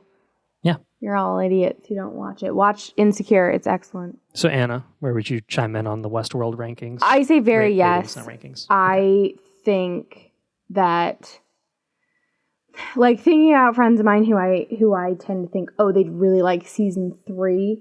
I think season 1 is harder to place for me if people would like it. I think that there are definitely people I know who it's easier now to recommend because I know that there are folks who would struggle with season 2 because of the non-linear nature of it. And really season 1 too, because I think season 3 is the most linear of them. And so I think the friends who don't love that, or people who might not like flashbacks or jumping timelines, it is absolutely worth watching all of it, even if you don't love that, because I think this show is deeply satisfying and worth watching. And I think this season was great, and I also think just the show in general is worth it. So I will go ahead and jump in and agree with both of you and call this show a very yes show. I don't know that I really need to elaborate much further than that. And in the interest of continuing this episode along, before Andrew drinks himself into a drunken slumber, which I will do, I will say, hey, give me a minute here. I just have to go to the bathroom, and I'll fucking fall asleep somewhere. I don't... Anna, did we tell you that? Yeah, story? you did, but right. I guess I forget. Did you guys keep recording? Yeah, they fucking kept recording. We don't know where Andrew's at. He just fucking disappeared. I was fucking sleeping in the living room. Who realized he was sleeping? I don't think we found out until the next morning. I think we just I don't remember how we... So I don't know if we told this story to the listeners. We might have. It's been a while if we have, but we assembled quite the crew for Avengers Endgame. I think we had 4 or 5 of us total. I think it was 5 total. And Andrew, obviously being a co-host of the podcast, is he's expected to make an appearance throughout most of the episode. It's tradition. And he went to go get a glass of water or something like that during our spoiler section of Avengers Endgame. And, he never came back. Fucking fell asleep on the ottoman. He just ended up falling asleep. I don't think we found out about your whereabouts until the following morning, but I can't remember. I think we did the best we could and recorded what we did, but we ultimately, I think, went back and re-recorded. I think we had also ended up missing a recording from another participant, so it was just a whole shit show. So anyway, Westworld season 3. Who wants to talk some spoilers? We've been waiting a long time. So Westworld, I'll tell you through season 3, I should say. So Westworld season 3. Fuck William. You want to talk William? That's just my...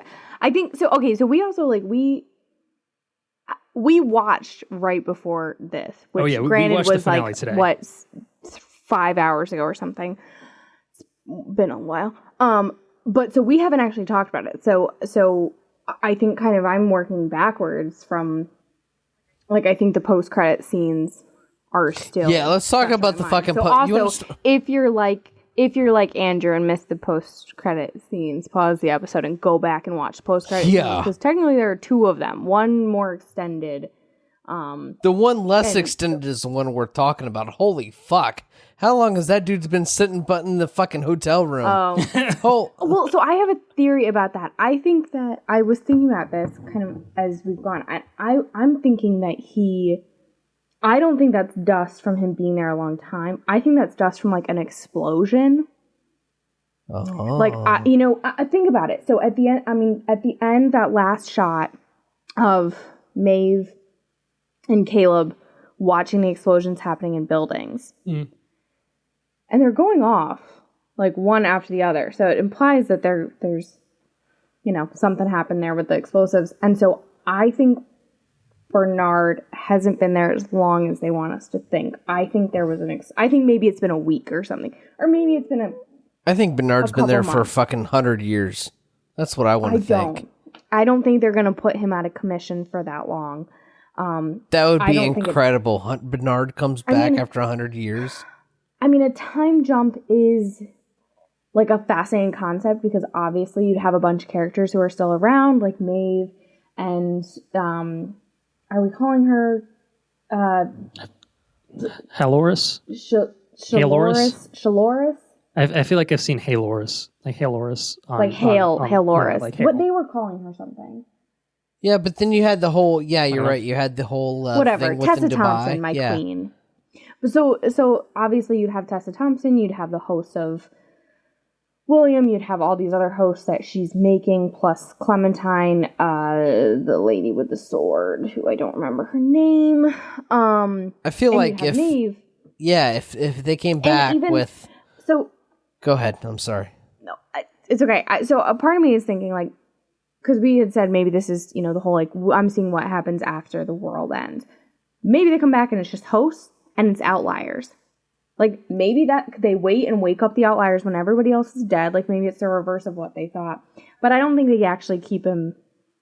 I don't necessarily foresee a time jump like that. I think in part because they've only given us Aaron Paul for one season, and I don't think they're going to miss opportunities to do more with him. Maybe they do flashbacks, but I think it's entirely possible that Bernard's only been there a couple weeks or a couple months, and it was just like an explosion that let off... It's like that orange dust. Like, that dust that's on him isn't like... I think that's... That was fucking honestly, cool is what I'm thinking. It was fucking very cool. But it reminds me of what stores looked like around the World Trade Center after 9/11. Like the coat of dust that was on everything in those stores. Like, that's what it made me think of. So I don't necessarily think that that he actually has been in that world. So did Stubbs get out of the bathtub and be like, fuck you, Bernard, really? Yeah, exactly, which was a great line. And perfect for him. But how's he going to sit there with no one bothering them in this 100-year-old hotel? And I say 100 years old because it's already 100 by the time this happens, because it's old as shit, clearly. But, so I don't know. I think the Hale William is more interesting because I think it's just the biggest fuck you to William that there could be. It's like, your death is an afterthought. You're a post-credit scene. I'm gonna save the fucking world. No, you're not, you dumb fuck. That's pretty good, he's though. The worst. That's pretty good. That was satisfying. Watching him get killed by his own host, like his worst fear in life is like what he did to everybody else, basically. Yeah, no, that's that was satisfying. Fuck him. It's pretty satisfying hearing your satisfaction of fucking him. That's pretty good. Not gonna lie. I love Tessa Thompson. Yeah, Tessa Thompson. Would die for them. When she crawled out of that bus at the end, I was like, Anakin style. Yeah, I'm not gonna lie, I was watching it at work. It was slow. I watched it on the iPad. I said, yikes. Wow, admitting to it on the record. Damn. Yikes. Ooh, yikes. That's what I said. She's fucking crawling out and she's pissed. Her family burn up and she's confused. There's a lot going on this third season that hasn't been present in the other shows, they kind of reverse the element of what it means to be controlled, which I found very interesting. They turned it from, what it means to be the robot to be a human, and they kind of flipped that 180 degrees, which was super awesome. I think that idea of like free will versus destiny has kind of always been there, but here it's less so this is literally telling you what to do. Like all of your moves are pre-programmed, controlled, and this is like you can do whatever you want, but either way, this is going to be the outcome. Yeah, it's super fucking hard, is what Dolores says. Mm-hmm. Like you have the option, but it's super fucking hard, Yes. And I don't know. I found everything very compelling in this show, in this season, and I think that certain things were kind of gimmicky and other things weren't, but overall, I thought it was very compelling. I thought it was very enjoyable. I thought it was very thought-invoking. And, this third season was a very interesting inflection point for the series as a whole. Yeah. Season 1 is, the maze, and, it's so park-focused, and season 2 kind of builds out from that. And then by the end of season 2, kind of resets the whole thing in such a massive way that season 3 kind of inherently it's still the same show, obviously, but it's a kind of a soft reset for the series. Yeah, it's not just about the robots. The setting is totally revamped. Like there's like very, very little time spent in any of the parks this season. And the only, like the most time we spend in a park is a new one, Nazi World, because everyone wants to go hang out in fucking Nazi World, in their spare time. But it's not just about the robots. It's about the people, Yeah, no, we're also assuming that that's a real park. It's true. It could just be a Ciroc invention. Yeah, yeah, exactly. I think what Andrew said about especially the characters being more compelling. I think so much with the prior seasons timeline skipping around and there being flashbacks, it really was a lot of building on what's their past, so we can establish these characters. And I think despite my personal love of timelines that skip around and making you wonder, is this the past or is this the future? And obviously, the William Man in Black reveal is, a key way of looking at that, kind of not knowing what's past, present, and future.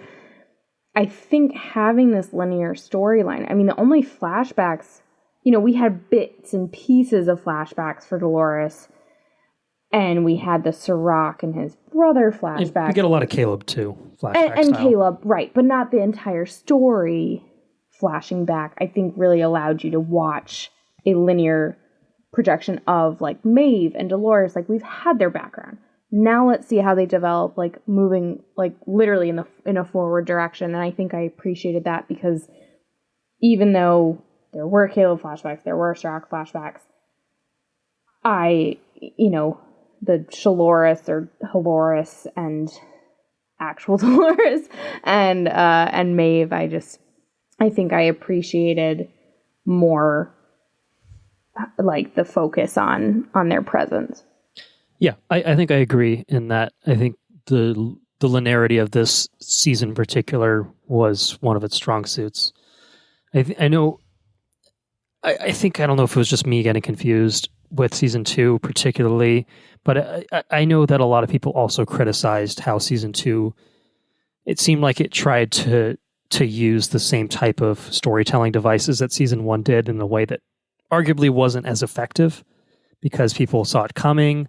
And so it kind of felt like, okay, they're just trying to replicate that. Season 3, very much, again, because it was a soft reset, it was just like, okay, let's make this a linear story.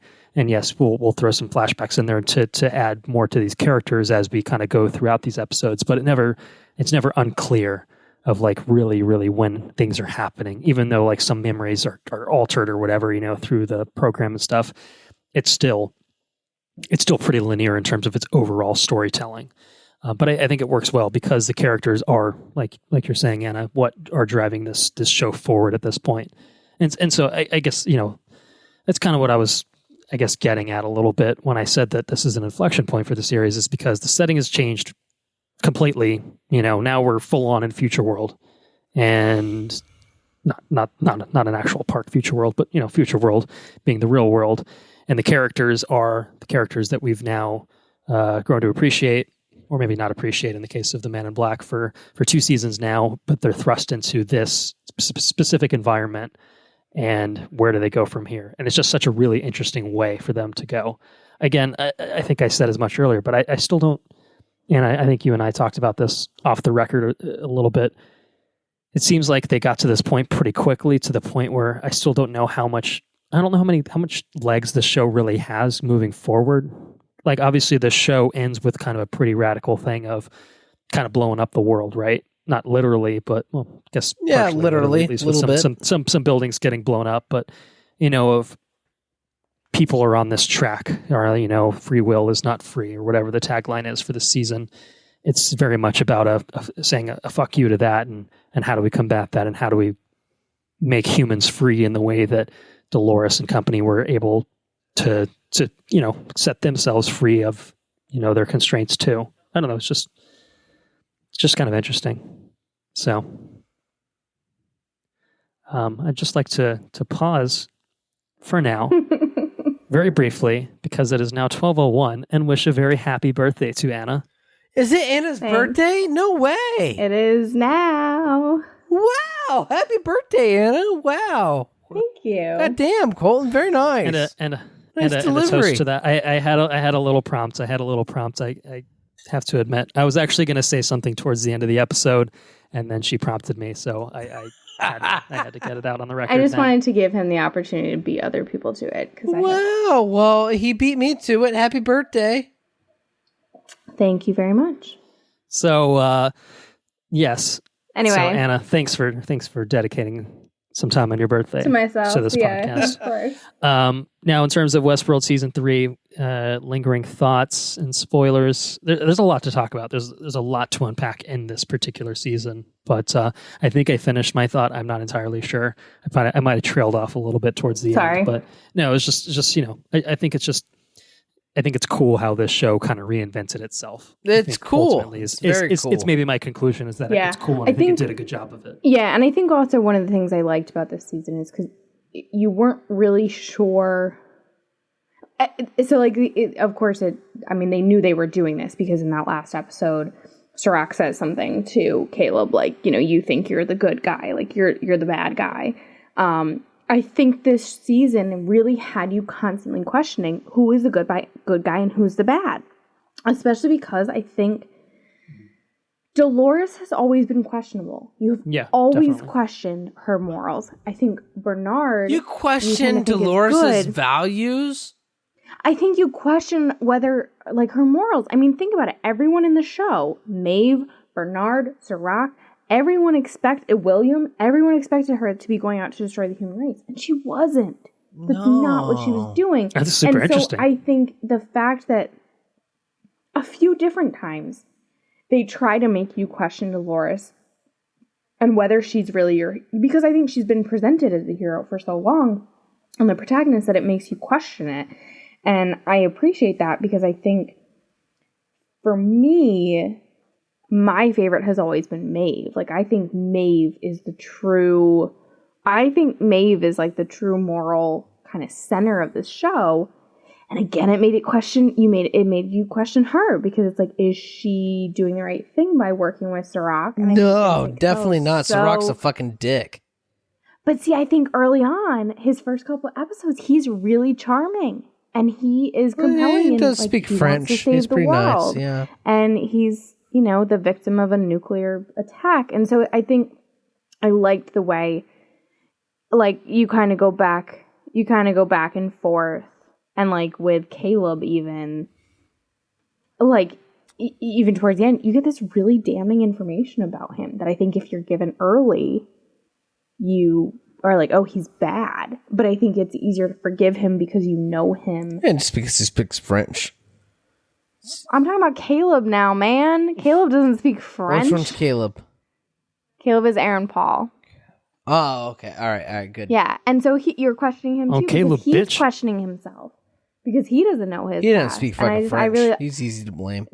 He's at fault. So I like those gray lines about who you're supposed to root for, because I think honestly, most of the time I was like, Maeve, what are you doing? Maeve, what are you doing? Maeve, get on the right side. And I was just waiting for her to get on the right side. And like, she got on the right side. But there were also times where I was like, wait, Dolores, are you...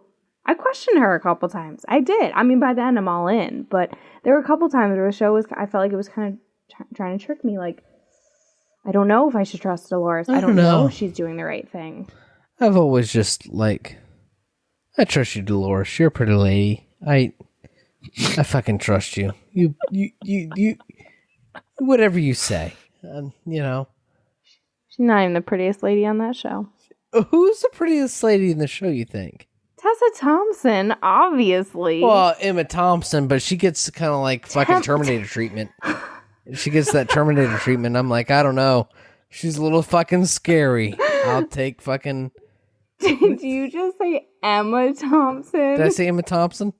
I get my words mixed up. To be fair, love Emma Thompson. Mixed up. Love Emma Thompson. I do. Those are my two top Thompsons. Every time I think Emma Thompson like Emma Thompson to walk to school, those are the two I think about. But Tessa Thompson, I do like Tessa Thompson. Yes, I like her as well. Tessa Thompson.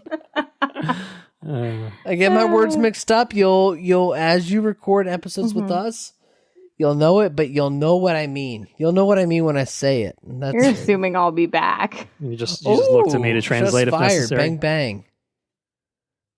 She can't avoid it though. Look how she's laughing. She'll want to be back and record another episode. We'll see. I think talking. She's enjoying the limelight. Oh, of course I am. I like talking. Well. So I think I think that we all enjoyed it. I think that's a fair bottom line. That's a fair bottom line. That's it. Are you trying to wind us down? Is that what you're doing, Andrew? You feeling a little sleepy? I'm not trying to wind anything down, motherfucker. I'm just saying I enjoyed it. Wait, can we real quick talk about how briefly what's her face, man? Palm Clementieff. She was like, yeah, she's barely in it. What the hell was that? What? I don't know. And then boom. Palm Clementieff. Palm Clementieff? What? Guardians of the Galaxy? Okay. She played Mantis. Oh, Mantis, yes. She was in this show. No, she and I wasn't. feel like it was like, yes, she... What'd she do? Nothing. That's can the point. well, more importantly, can we talk about Marshawn fucking Lynch showing up in this show? He was great. As a recurring everything. role. He was great. Yeah, it was fun. I mean, Lena was the best recurring role, yep. frankly. She was excellent. I don't know what the fuck you guys are talking about. I just... You're just there for the ride. That's okay. Sometimes that's okay. Well, we can talk about the worst guest star cameo, which is D&D. Those God, I fucking hated that. assholes. Did you catch that, Andrew? When you were D&D was in this show? So there's the episode. Is it where Maeve is kind of? Yeah, when she's with I want to say Leo. What? What's his name? Sizemore, the writer. Lee Sizemore. The writer, the writer, with a cane, the guy with the cane. Yeah, it's British guy that dead, wrote. And he's actually dead, but nah. When Maeve is in the Nazi world, okay, and she dies, okay, and she goes back to where she's naked and like lying on the bench, and there's like the text, and the one doesn't recognize her, and she's like, what the hell? And then the writer comes in, the guy with the cane. Yeah. Okay. Yeah, that's Lee Sizemore. So in that episode where they're like going through, I don't know what it's called, but like it's like when they're like cleaning them up, area. Where they're like refurbishing them to get them back out the parts. And they go through and you see the like MIDI. Oh no, it's actually not even them. It's Bernard. It's Bernard and Stubbs. Sorry, it's actually totally wrong. Bernard and Stubbs when they go back to Westworld. Right. Yeah. And they're going through trying to find stuff, and they go through like the medieval world control room. You see the dragon. And you see the dragon. Okay. The two guys in there are D&D. Fucking D&D. Fuck those that guys. Game of Thrones. Correct. I remember now. Anyway, I remember now, you guys. You fucking people in your fucking eyes catching all that shit. It's just the audacity of HBO to include that in spite of them obviously knowing that everyone fucking is still livid about it. Yeah, well, I never caught it. Day. So, fuck those people. That's what I say. That's true. Thank you for bringing that on to me. 12:11 now. It's pretty late. We should probably end this episode. We should wind it down. So, Westworld, great watch. So Westworld is very good. yes, very yes. Moving on. So what do we got? You guys can talk about what you guys have been up to. I'll kick back and listen. Well, today we didn't finish it, but Colton has never seen The Sound of Music. Oh, fuck, dude. So Colton. We started watching it today with my mom, because my mom and I had talked about rewatching it, and we've seen it about 1,000 times. And it was only when we stopped to go do something else, we'll come back to it tomorrow, I realized he'd never seen it. Colton's like, fuck, don't stop it. I want to watch the rest of it. That's what he said. Well, we have literally 2 hours left, so I didn't put it on the list because I have nothing to add on. Right. So next time you guys record, ask him about. I was going to put it on the list. Okay, so fair enough. No queries are required. Also, I'm not expecting Andrew to remember to ask me anything. Okay, well, I'll remind him to remind you to ask him. We also rewatched Knives Out last night. Yeah, good movie. My movie. parents hardly ever see movies in the theater, but they both retired last fall, so they have been going to see a lot more movies, and they saw Knives Out, and they loved it. It's pretty good. And they loved it so much that we got them we got my mom a copy of it for Mother's Day. Good move. And yesterday we watched it, and so all four of us had seen it before, but watched it again, and I loved it even more the second time. I will not eat one iota of shit. Yes, we also watched it with subtitles because my parents kind of need subtitles.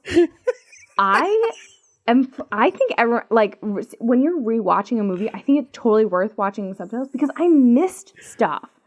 There's Michael Shannon yells at one point, "I will not eat one iota of shit." After Chris Evans prompts him to eat shit. Eat shit, eat shit, eat shit, eat shit, eat shit. You definitely eat shit. And there were other things that I think because I was less focused on what happened or what does this clue mean, that it was easier to just pay attention to some of the dialogue and the jokes. And Daniel Craig is fucking fantastic in that movie. Daniel Craig's pretty great. Yeah. Sweet beans. Sweet beans. That had me dying. And I think Anna de Armas, Oh, and don't even get me started on Anna de Armas. Anna de Armas is, I came out of that the first time being she is incredible. Total bae. And also I forgot how much I liked Jamie Lee Curtis. Oh, well, I don't know about Jamie Lee Curtis. In it too. Anna de Armas is fucking incredible. She's awesome. Yeah, she was so good. And I think I was so focused on those two that What is she going to be in? She's James Bond. She'll be in Bond. No, she's dating Ben Affleck. Yeah, fuck yeah. Ben Affleck, fucking oh my goodness. They're quarantining together. Oh my goodness. But yeah, I thought it was even better the second time. We also watched. Well, I'll go over this quick. We watched one episode of New Girl since you recorded last. Yeah, there's not Colton's much heavily I think we recommended that show. I haven't seen any of it. It's really good, and I think it's been good. I think a lot, when we were in Philly, it was very much something we'd watch while we were having breakfast or while we were eating dinner, just an easy thing to throw on. And we haven't really done that while we've been in New York. Yeah, we're in New York, by the way. I don't think we actually made that clear. I think Andrew said something at the beginning about maybe epicenter. Yeah, so we're in upstate New York right now, Albany area. Because I just turned 26, I'm losing my insurance at the end of the month, so we needed to come to New York where my health insurance actually works so I could go to some doctors before I lose that. So Medicare for all, y'all. It would be great. So we haven't watched as much New Girl, but we did watch before we left. We also we talked about it briefly, the Parks and Rec special, which was great. If you looked at it as an episode of the show, it was, whatever. But I think it was just exactly what I needed and made me remember how much I fucking love that show. It's also raised $3 million for Feeding America's COVID-19 relief fund. I just pulled up I didn't know it was that. That's great. Yeah. So not only was it a nice treat for Parks and Rec fans, it's just a one last hurrah type thing. It's done a lot of good for the world, too. So it's really cool. Really great thing they've done. And it was good too. I didn't even finish the series. I will at some point.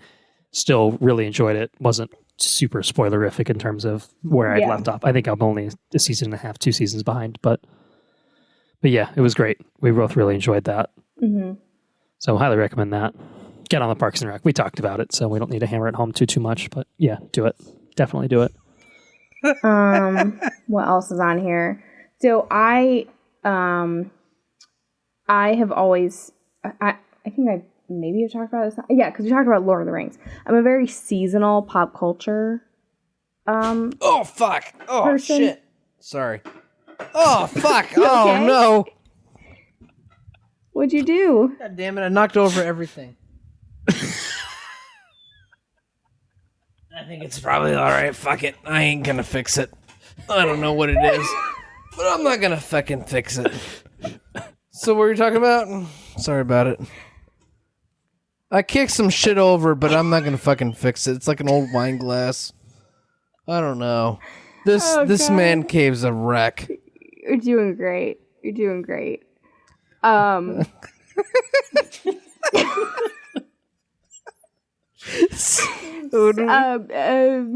May is my Star Wars month. I have my Harry Potter July month, my Lord of the Rings end of August into September.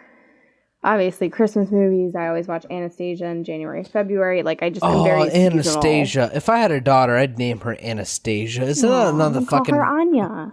Is that not the fucking most awesome name, Anastasia? It's a great name. It's a great name and a great movie. But every May I rewatch all of Star Wars, and I think it mostly started because way back in the day, like when I first got into Star Wars, for a couple years there, I would get the DVDs as birthday presents. And because that was in May just always was Star Wars month, even before I think I realized, like, May the 4th. So we watched, I think, on May 4th. Yeah, we watched it that night. Like, we've been watching some Clone Wars, like you said, but not too much. Yeah, I think we're in season 5, about halfway through. I was caught up, and I just hadn't seen it. Like, I've watched all of Clone Wars. I've watched even the old 2D animated, which I loved. And then I watched Rebels, and I've read most of the books novels. and comics, at least up until like January. A little behind now. But we watched a little bit of Clone Wars, and then we watched the theatrical version of Star Wars, of A New Hope. Oh my goodness. So when I started watching Star Wars was when I was in 5th grade. And so that was in like the maybe 10 months before episode 3 came out. And so 2005, 2006 is when I was getting the DVDs. So this edition that came out around 2006, I think. I think it was a year after Revenge. Yeah. Yeah, well, so I had this whole thing where, episode 3 was going to be the last Star Wars. And, like, I had to see it in theaters because I hadn't seen one yet, and I had to go. So I actually, I hid my 10-year-old self. No, you didn't. Hid that I had chicken pox. No. So that I could go see Revenge of the Sith in theaters. And it was like the day after I saw Revenge of the Sith in theaters. So I was like, oh, I think I have chicken pox. I did have chicken pox. Bitch, I didn't have no chicken pox. I went to go see Star Wars. Like, I'm an asshole. 10-year-old me was an asshole. I exposed all these people to chicken pox. Assholes, though. You didn't give a fuck. True. But, of course, it didn't even matter because now I've seen 5 Star Wars movies in theaters since then. So, which is incredible. Whatever. But so when I got these DVDs, I got this, like, special limited edition that has, like, the first disc is, like, the new edition, like, all of George's dumb fucking edits.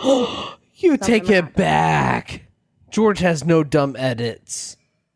He has lots of dumb edits. Not only did Han shoot first, but Han is the only one who shot. It's true. So the second disc of these editions is the original theatrical versions. It's not great quality because they basically just took what's on the VHS and popped it on a DVD, and it's 4:3, and Colton hated that. It looks bad. It looks not great. Real bad. But it is the original theatrical version, which we don't get to see anymore. And not only does Han shoot first, but Han's the only one that shoots. So I technically have those for the first. So is Han kind of a dick? Is that what you're saying? Han's a dick? Yes, but it shows his growth. And he's not nice man. He is a scoundrel, and we still love him for it. And you know what? Fuck Greedo. He was an annoying little shit, and he sucks. So also, Greedo probably he didn't help shot. Annie make his fucking his pod racer. Yeah, well, Greedo just should have fucking killed Annie because he was a dumb, annoying shit. Oh my god, Anna, that's bold. Yeah, so we watched that, which was good. I'll tell you what I watched. I had my dad over and my mom over for fucking Mother's Day just the other day, and fucking Mother's Day. Very aggressive Mother's Day. Fucking Mother's Day. What is this bullshit? Why do we have this holiday? And let me tell you something. I put on the last Star Wars movie. What's it called? Skywalker. Oh, why would you do that? Because it's fucking forgettable. You know it is. Don't act like trash. Correct. No, I fucking hate it. But you know what sounds really fucking good over the subs is what's his face over the new speakers. He sounded so good there in the beginning. Palpatine. In the beginning when he's talking to Kylo. Palpatine sounded so good over the fucking speakers. It sounded so good, it blew my dad away. He said, what did he say? He says, I can't remember what the fuck he says. I'm too drunk, I'll be honest with you. But he says some good shit. And it was deep, and he had that fucking voice, that Emperor Palpatine voice. And I was, it's so good. It was, so good. Do you need a minute? What did he say? Can you remember? You can't remember what he said, though, because the whole movie's fucking forgettable. And it's kind of shitty. Yeah. It's not kind of original trilogy forever. It just kind of makes me sad to think the last movie is kind of that shitty. I'm probably just gonna skip it in my rewatches from here on out. Just like I'm gonna skip 1 and 2. Anna, that's bad. I don't have time. I don't want to watch it. I would literally rank. I would rather watch Rogue One. Well, Rogue One's better. And Solo. And Solo's also better. 1, 2, or 9. Oof. Keep it. Oof. Yeah. I'd still throw 3 in the pile. Listen, every May since I was 10 years old, I have watched every Star Wars movie that exists. Every May. I have done it. I don't have time anymore to watch crap. Oh my god, just cut it right out. 9 is crap. Oh, God, all the prequels. God. They're all bad. I don't even mind the prequels. I think the prequels I can put on and throw on in the background and barely watch and So you're gonna watch the prequels before you watch fucking 9? I mean, fucking Attack of the Clones is terrible. That's some shit. Background. Yeah, I do hate Attack. I think I do hate Attack of the Clones more than Phantom Menace. you have to. Attack of the Clones is the worst Star Wars film. I go back and forth about which one I hate. Say what you will about Skywalker, but Attack of the Clones is leaps and bounds worse. But U1 is better in 2 than 1. They're all... I love U1. That's true. U1? Who's U1? Just watch 3. It's fine. I don't even know who fucking U1 is. Obi-Wan Kenobi. Oh, yeah, he's good. Mm-hmm. So anyway, moving on. Mm-hmm. I'm trying to think of everything I've watched that you haven't. I don't know. We've been together a lot lately, so. Just kidding. I've been reading. I know this doesn't really count for this. No, it counts. But I have been reading a lot more. I'm reading The Power, which is a book about a world where women regain the ability to send electric shocks through their fingers.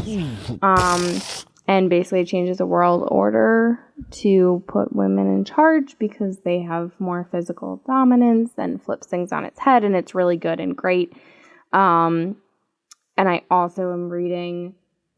at any given time, I am reading a fiction book I've already read, a fiction book I haven't read, a nonfiction book, a graphic novel, and a Star Wars book. Fuck, girl, you read a whole lot.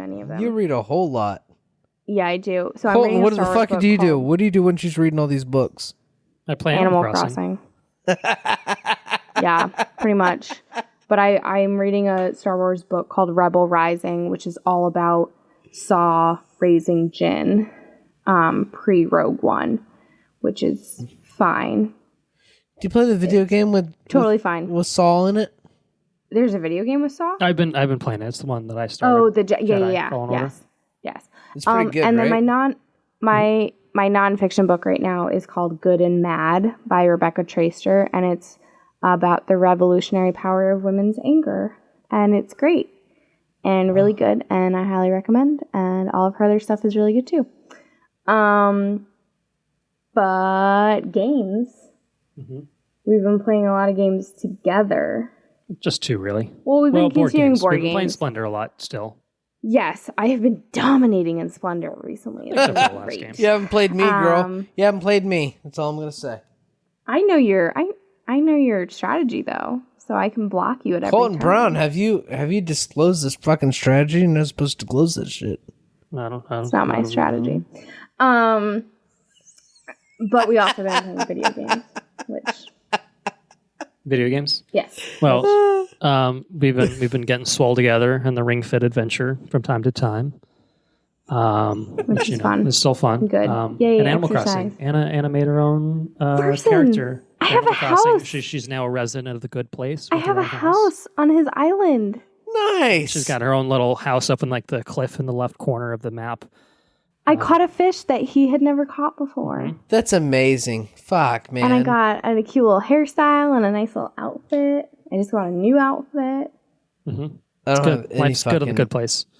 Animal Crossing. Well, it turns shit. out you can actually play on the same Switch together, like at the same time. It's limited. goddamn. Like one person's like the leader character, and like if you're the follower, you basically just follow around and catch fish and bugs and stuff like that, and that's pretty much all you can do. Fun. But it's still fun. Cool. So yeah, I like to run around Anna and sometimes forget. Sometimes I change into my frog costume. I have a frog costume that I wear, and I think it's really cool, and she hates it, so I do it all the time. Every time I do something like catch a fish or like sell something, he goes, Yeah, just Like do, his you can character. do He makes his reactions. You character. can catch fish, you can catch I bugs, did that. you I- can do a reaction. So I do the clapping one, and I do the intense stare all the time. the delight reaction for the Delight, Oh, delight, that's which so is clapping, fucking and adorable. intense, That's which so is when I just heartwarming. stare very intently. So And I gotta fucking work yeah. every morning, and I fucking talk to people every day. Fuck. Yeah, that I Oh, don't man. miss Oh, other man. people, but exams were brutal, so I'm glad we're through that. oh yeah, we're done and- with the semester. Yeah, totally. Yeah, we We're finished both our. totally We done. are each We're- 2/3 of a lawyer, which means together we make 1 1/3 of a lawyer. Fuck yeah. Respect. Don't dude. ask us for legal advice. Yeah, we though. can't legally give legal advice. You can't give legal advice yet? No, it's literally illegal, Oh, that's shit. unfortunately. So stay out of trouble. Yeah, don't just wait a year, maybe a little more than that. And then I be can get it. I suspicious. can get all of it. I can get all that legal advice. if you pay us. Oh, you stop it. Free legal advice. Colton says, "Ooh." Money, please. Just go to Yahoo Answers or Ask Jeeves. It'll Yeah, all the just be answers. it'll just be like your like birthday gift, Christmas gift, all of that every time will be like you get 1 free hour of legal advice. That's like a $400 value. Boom. Nice. I like that angle, Colton. Very good. Oh, hold on a second. All right. I think is that it for us? Yeah, I don't Guys, think it's there's anything else going on. guys, it's 12:30 at night. We've gone too long. We got. Well, It's your turn. We'll wrap this up. Do you have anything that you want to talk about briefly, or do you just want to skip that and go to the end? I don't think I do anything. I don't do anything meaningful. I just float. Sell around. cars to the few people that show up at the car lot and such. Yeah, it's one of those deals. Yeah, but can we get a puppy update? Puppy, yeah. Puppy we have a Teddy update. So little Theodore is he doesn't go potty on the floor unless it's at someone Yay! else's home. If it's at someone else's home, I think he feels like he's overlooked at some point, and then which case he defecates on the floor, which is kind of shitty. You kind of want to put him in his place. Literally. Kind of want to put him in his place while he's doing it, but you can't because it's in front of everybody else. So you just kind of let it happen. And he's mid shit. Yeah, he's mid shit, and you're like, you fuck, what are you doing? All right, we're just gonna let it happen, and then we're gonna escort you out. So that's what we've kind of done. But as far as at home, he's been very well tamed, which is good. He's a very smart little doggy. He's big though. He's big. He's gonna be a good boy, I think. So Theodore's good. All right, cool. Well, I wanted to say as one last thing on the front of the Theodore update, we should also have a Melly update. Melly is great. My we've been dog, hanging out with her. She's the Corgi Beagle mix. She's a Corgal. She's, let's see, she's like 2.5 years old. And her official name is Caramella Marshmallow because she's caramel colored with some white. But we call her Melly, and she's the sweetest and the best, and she's so sassy, and she's a little chonk, and she's so cute, and we love her very much. Agreed on all of the above. All right, let's call it there. Hope our listeners stuck with us for an at times unwieldy, but hopefully fun episode to listen to. So thank you all for listening. If you enjoyed what you heard, please spread the word. If you want to support us on Patreon, we are on patreon.com/watchreviewrepeat. We do have an episode that will hopefully be forthcoming in the next couple of weeks for you. It's going to be centered around, appropriately enough, viruses and movies and stuff. So we'll be expecting a special guest to join us, and hopefully it'll be not necessarily a terrifying experience, but Contagion is oddly comforting in these times. I found it fucking terrifying. It made my stomach hurt. I threw up. I threw up in the middle of the fucking movie. Did you drink too much wine while you're watching it? I don't think that was a movie. Did you have some Thai food beforehand? I drank too much wine. I'm joking. I didn't throw up. I was just joking. So yes, we will finally, at long last, have some content coming to the Patreon beyond just early access to regular episodes. So if that's anything that appeals to you, we'll keep you guys apprised on all of our social medias when that's going to be coming out. So again, patreon.com/watchreviewrepeat, $2 a month gets you access to early access to regular episodes, as well as any forthcoming bonus episodes, such as the one I just mentioned. WatchReviewRepeat.com is our website for anything you need. As far as Watch Review Repeat, you can follow us on Twitter at WRRPod and search for us on Facebook, Watch Review Repeat. We have a page on there if you want to contact us that way. Any questions, comments, suggestions, Gmail, watchreviewrepeat@gmail.com is the way to do it. I just remembered Henry sent us, he sent us a text because he knows us, but Enrique Jamie, a frequent guest of this podcast, chimed in on Devs and said that he liked it quite a bit. Said didn't reach Ex Machina tier, but really good television. His girlfriend Aislinn also liked it. Had some spoilery thoughts that'll excise for the purposes of this podcast, but I would urge everyone to watch Devs, check out our episode on that. And he also said that yesterday they finished Chernobyl, which is really fucking good. And yes, that's fucking correct. It's fucking show. Good. We talked about it earlier in the episode. Best. So yes, sorry, it's a brief listener's corner. I meant to put that earlier, but again, unwieldy. Intro and outro track, Mechanolith by Kevin MacLeod, licensed under the Creative Commons by Attribution 3.0 license. Don't know what we're covering for our next episode. We'll figure it out. Maybe Clone Wars. Still got a lot to watch, admittedly, so it might be difficult, but we shall see.